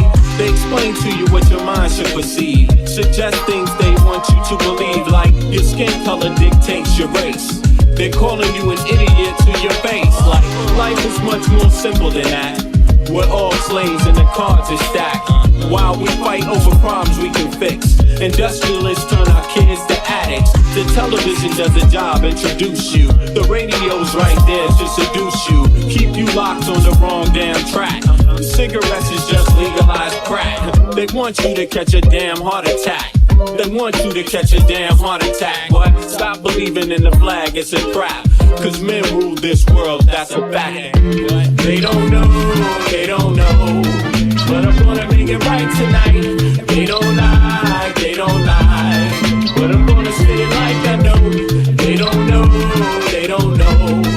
that I'm gonna hit them with this shit. They don't lie, that you're gonna free your mind tonight. That you're gonna free your mind tonight. That you're gonna free your mind tonight. That you're gonna free your mind tonight. If you see a man that needs help, then help a brother. If you see a sister on her own, still love her. Cause life is about how you choose to see it. But you gotta teach people how to learn to see it.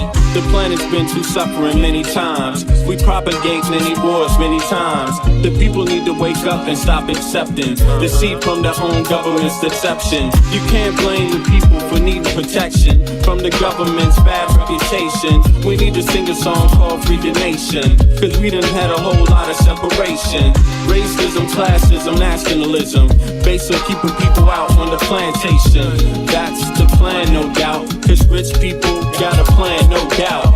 If you still don't understand and believe that we are all one from the same mother, and respect each woman and man with the same consideration you would like to be given on a daily, then you need to retire so the new generation can take over and show you how to live and govern this place we call Earth home.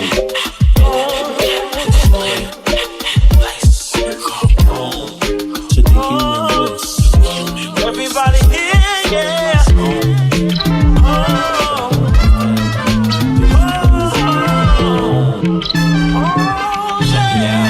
They don't know, kid. They don't know. But I'm gonna make it right tonight. They don't lie, but I'm gonna say it like I know. They don't know, that I'm gonna hit them with this shit. They don't lie.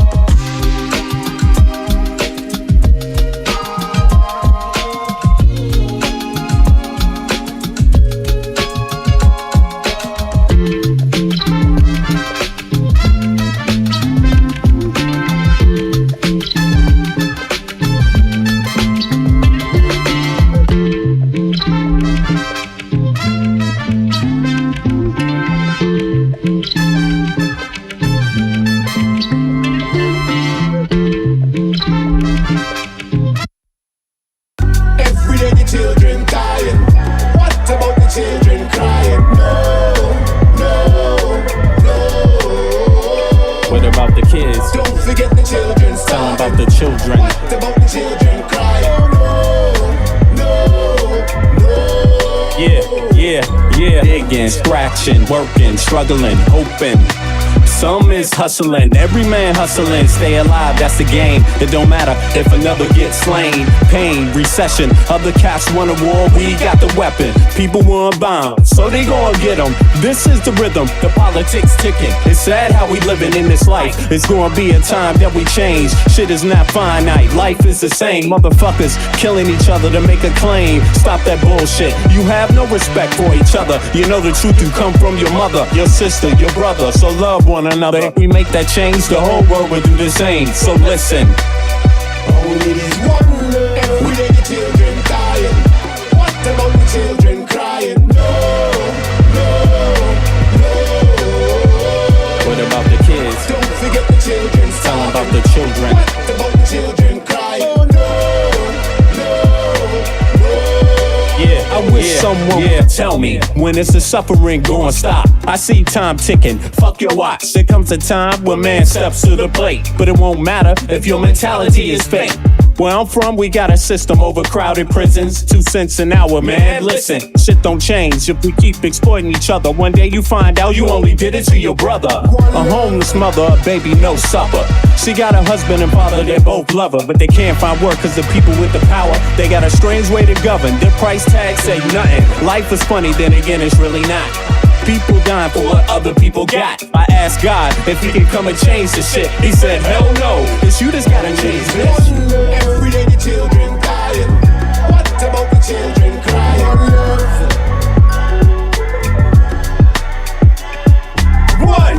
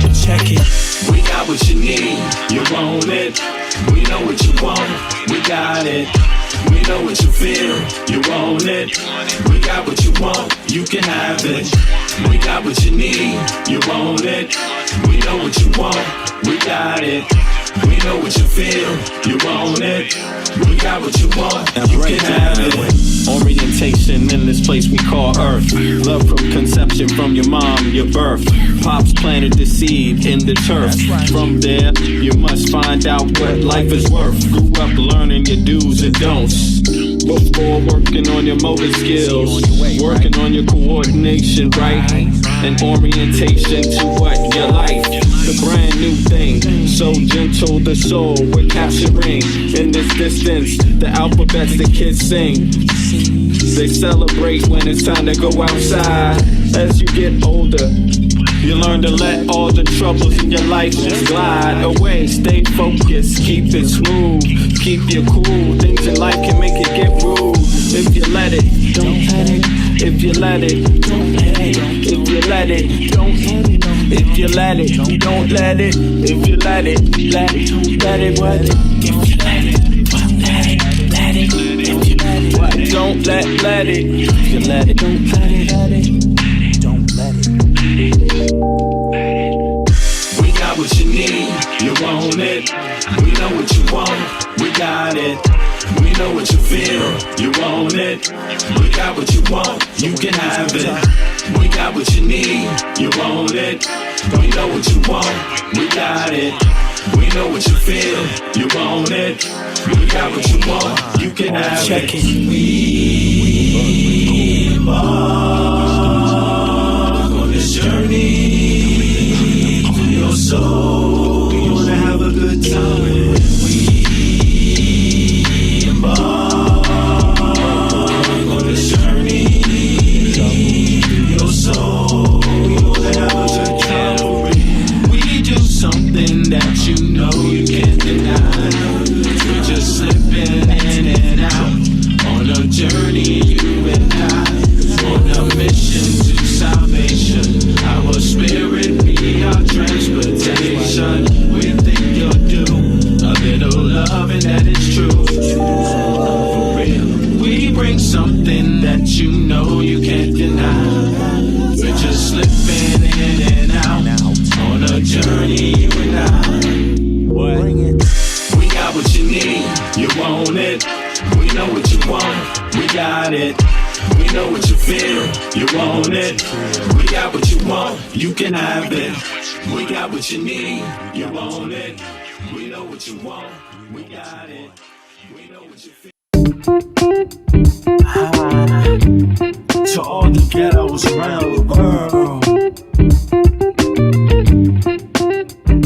And yes, you know the struggle goes on. People trying to survive, hold on. But we know it's been so long. Pain without a limit, so wrong.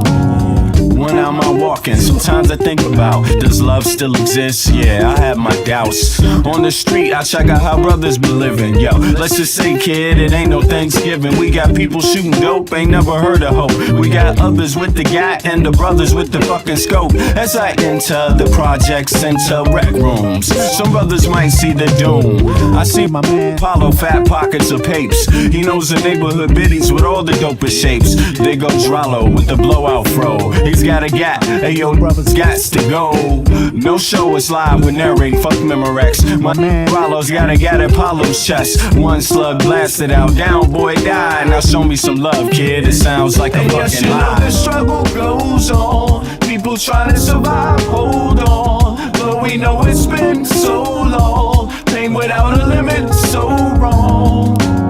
Sometimes I think how the world come to this, a place where every man and woman needs a therapist. Mass confusion, people living in delusion, justify all the bullshit through the Constitution. Meanwhile, the masses struggle to survive. I think we're too busy to hear our people's cries. Singles mothers struggle to raise families. Genocide committed through famine and disease. I wonder if these things will ever cease to exist. I know it could if we cease and desist. Giving all the power to the industrialists, giving all our power to the damn commercialists that see us just as being sheep in this world, that want us to do what we're told like boys and girls. Oh God, I wanna live another day so I can help provide equality in this day. The struggle goes on, people trying to survive, hold on. Though we know it's been so long, pain without a limit, so wrong. Everybody round the globe, open up your earlobe, your third eye, and then decipher the code. Through knowledge, understanding, then bring love into the concept instead of bling bling. Truth instead of bias, educational methods. Twisting, contorting God's message of love for every human being. Listen, motherfucker, don't you hear the screams? It's time to do much more than talk, debate, and spread hate. We need to think and at the same time investigate. Understand what our actions may create. Before continuing the cycle we procreate. We can clone humans, but at the same time we can't feed humans. The future of man is actually looming. It's really depressing, it's true, man. Yes, you know the struggle goes on. People trying to survive, hold on. Though we know it's been so long. Pain without a limit, so wrong. Yes, you know the struggle goes on. People trying to survive, hold on. Though we know it's been so long. Pain without a limit, so wrong.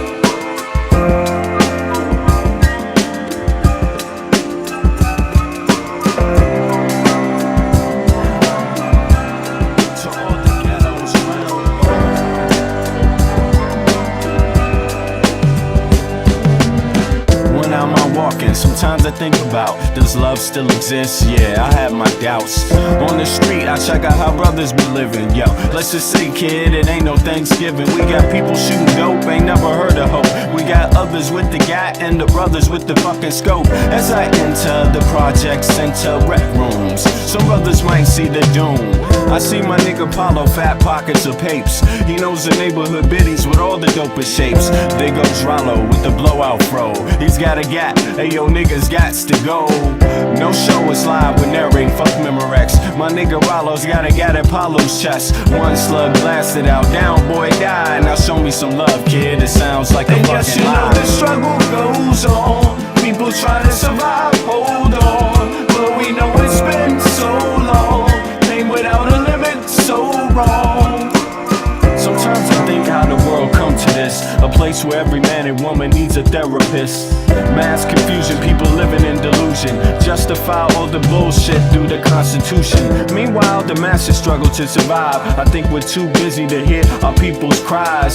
Singles mothers struggle to raise families. Genocide committed through famine and disease. I wonder if these things will ever cease to exist. I know it could if we cease and desist. Giving all the power to the industrialists. Giving all our power to the damn commercialists. They see us just as being sheep in this world. That want us to do what we're told like boys and girls. Oh God, I wanna live another day so I can help provide equality And this yes, you know day. the struggle goes on. People trying to survive, hold on. Though we know it's been so long. Pain without a limit, so wrong. Everybody round the globe, open up your earlobe, your third eye, and then decipher the code. Through knowledge, understanding, then bring love into the concept instead of bling bling. Truth instead of bias, educational methods. Twisting, contorting God's message of love for every human being. Listen, motherfucker, don't you hear the screams? It's time to do much more than talk, debate, and spread hate. We need to think and at the same time investigate. Understand what our actions may create. Before continuing the cycle we procreate. We can clone humans, but at the same time we can't feed humans. The future of man is actually looming. It's really depressing, it's true, and yes, you know the struggle goes on. People trying to survive, hold on. But we know it's been so long. Pain without a limit, so wrong.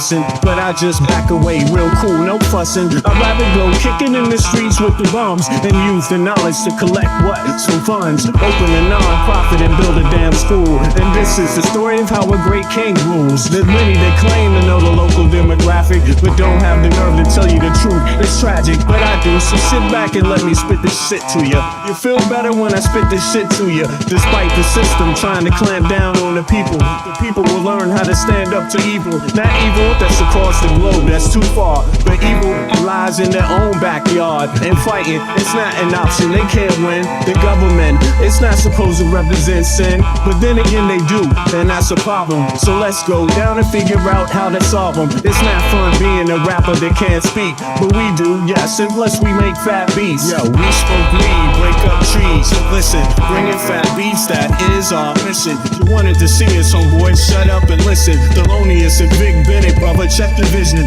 Mentalities of different realities. Into the Star Trek room when you hear the boom. I be the Walkman with the super bass. Automatic stop, yes, stereo cassette player. With the delayer, freaky lyrical sprayer. Extraterrestrial rhyme sayer. I be the poetical VIC/master of the ceremony to the bony. Won't you come step with me? I'm on a historical journey, kinda like Sigourney. Implore me to represent the attorney that represents my niggas, go figure. Here's the card, they call me Uncle Vigor. Niggas love your blunts, down your liquors. I'll be the parallel to the fiction. You're fixated on this brother's nature. Relax behavior, I might save your change. Flip it, rearrange. The whole concept, yo, is good for all your brain. Insane, psychotic, neurotic, black onyx, and hooked on phonics. Yes, atomic, it bleeds like a bonnet. Cut with the Asiatic, they all up on it. Rhyme static with the robotic type of skill. You wonder, is this nigga Vic really for real? It's still, but only necessary in the berry. I'm milk like dairy, they quite contrary. That's scary, but I'm a dog in the prairie. I scurry to grab my bones and just bury. Lyrical flurry, go get your secretary with impeccable dictions. My style might vary, so get a hold of your own shit real fast. Fucking with us, we take it right out your ass. Every dog chill while the other dogs howl. Too many dogs get sent to the pound. Back on the hill, me and my peeps just lounge. Prairie dogs, we keep it on the down. Splatter, don't like gun splatter. We try to climb a ladder, wicked men get better. They make it like slatter, but it really don't matter. Cause you know we coming back to our sons and our daughters. So Father, him the one who protects ya, and the mother, she will never neglect ya. Through divine nature, the people respect ya, and in this way I deliver my lecture.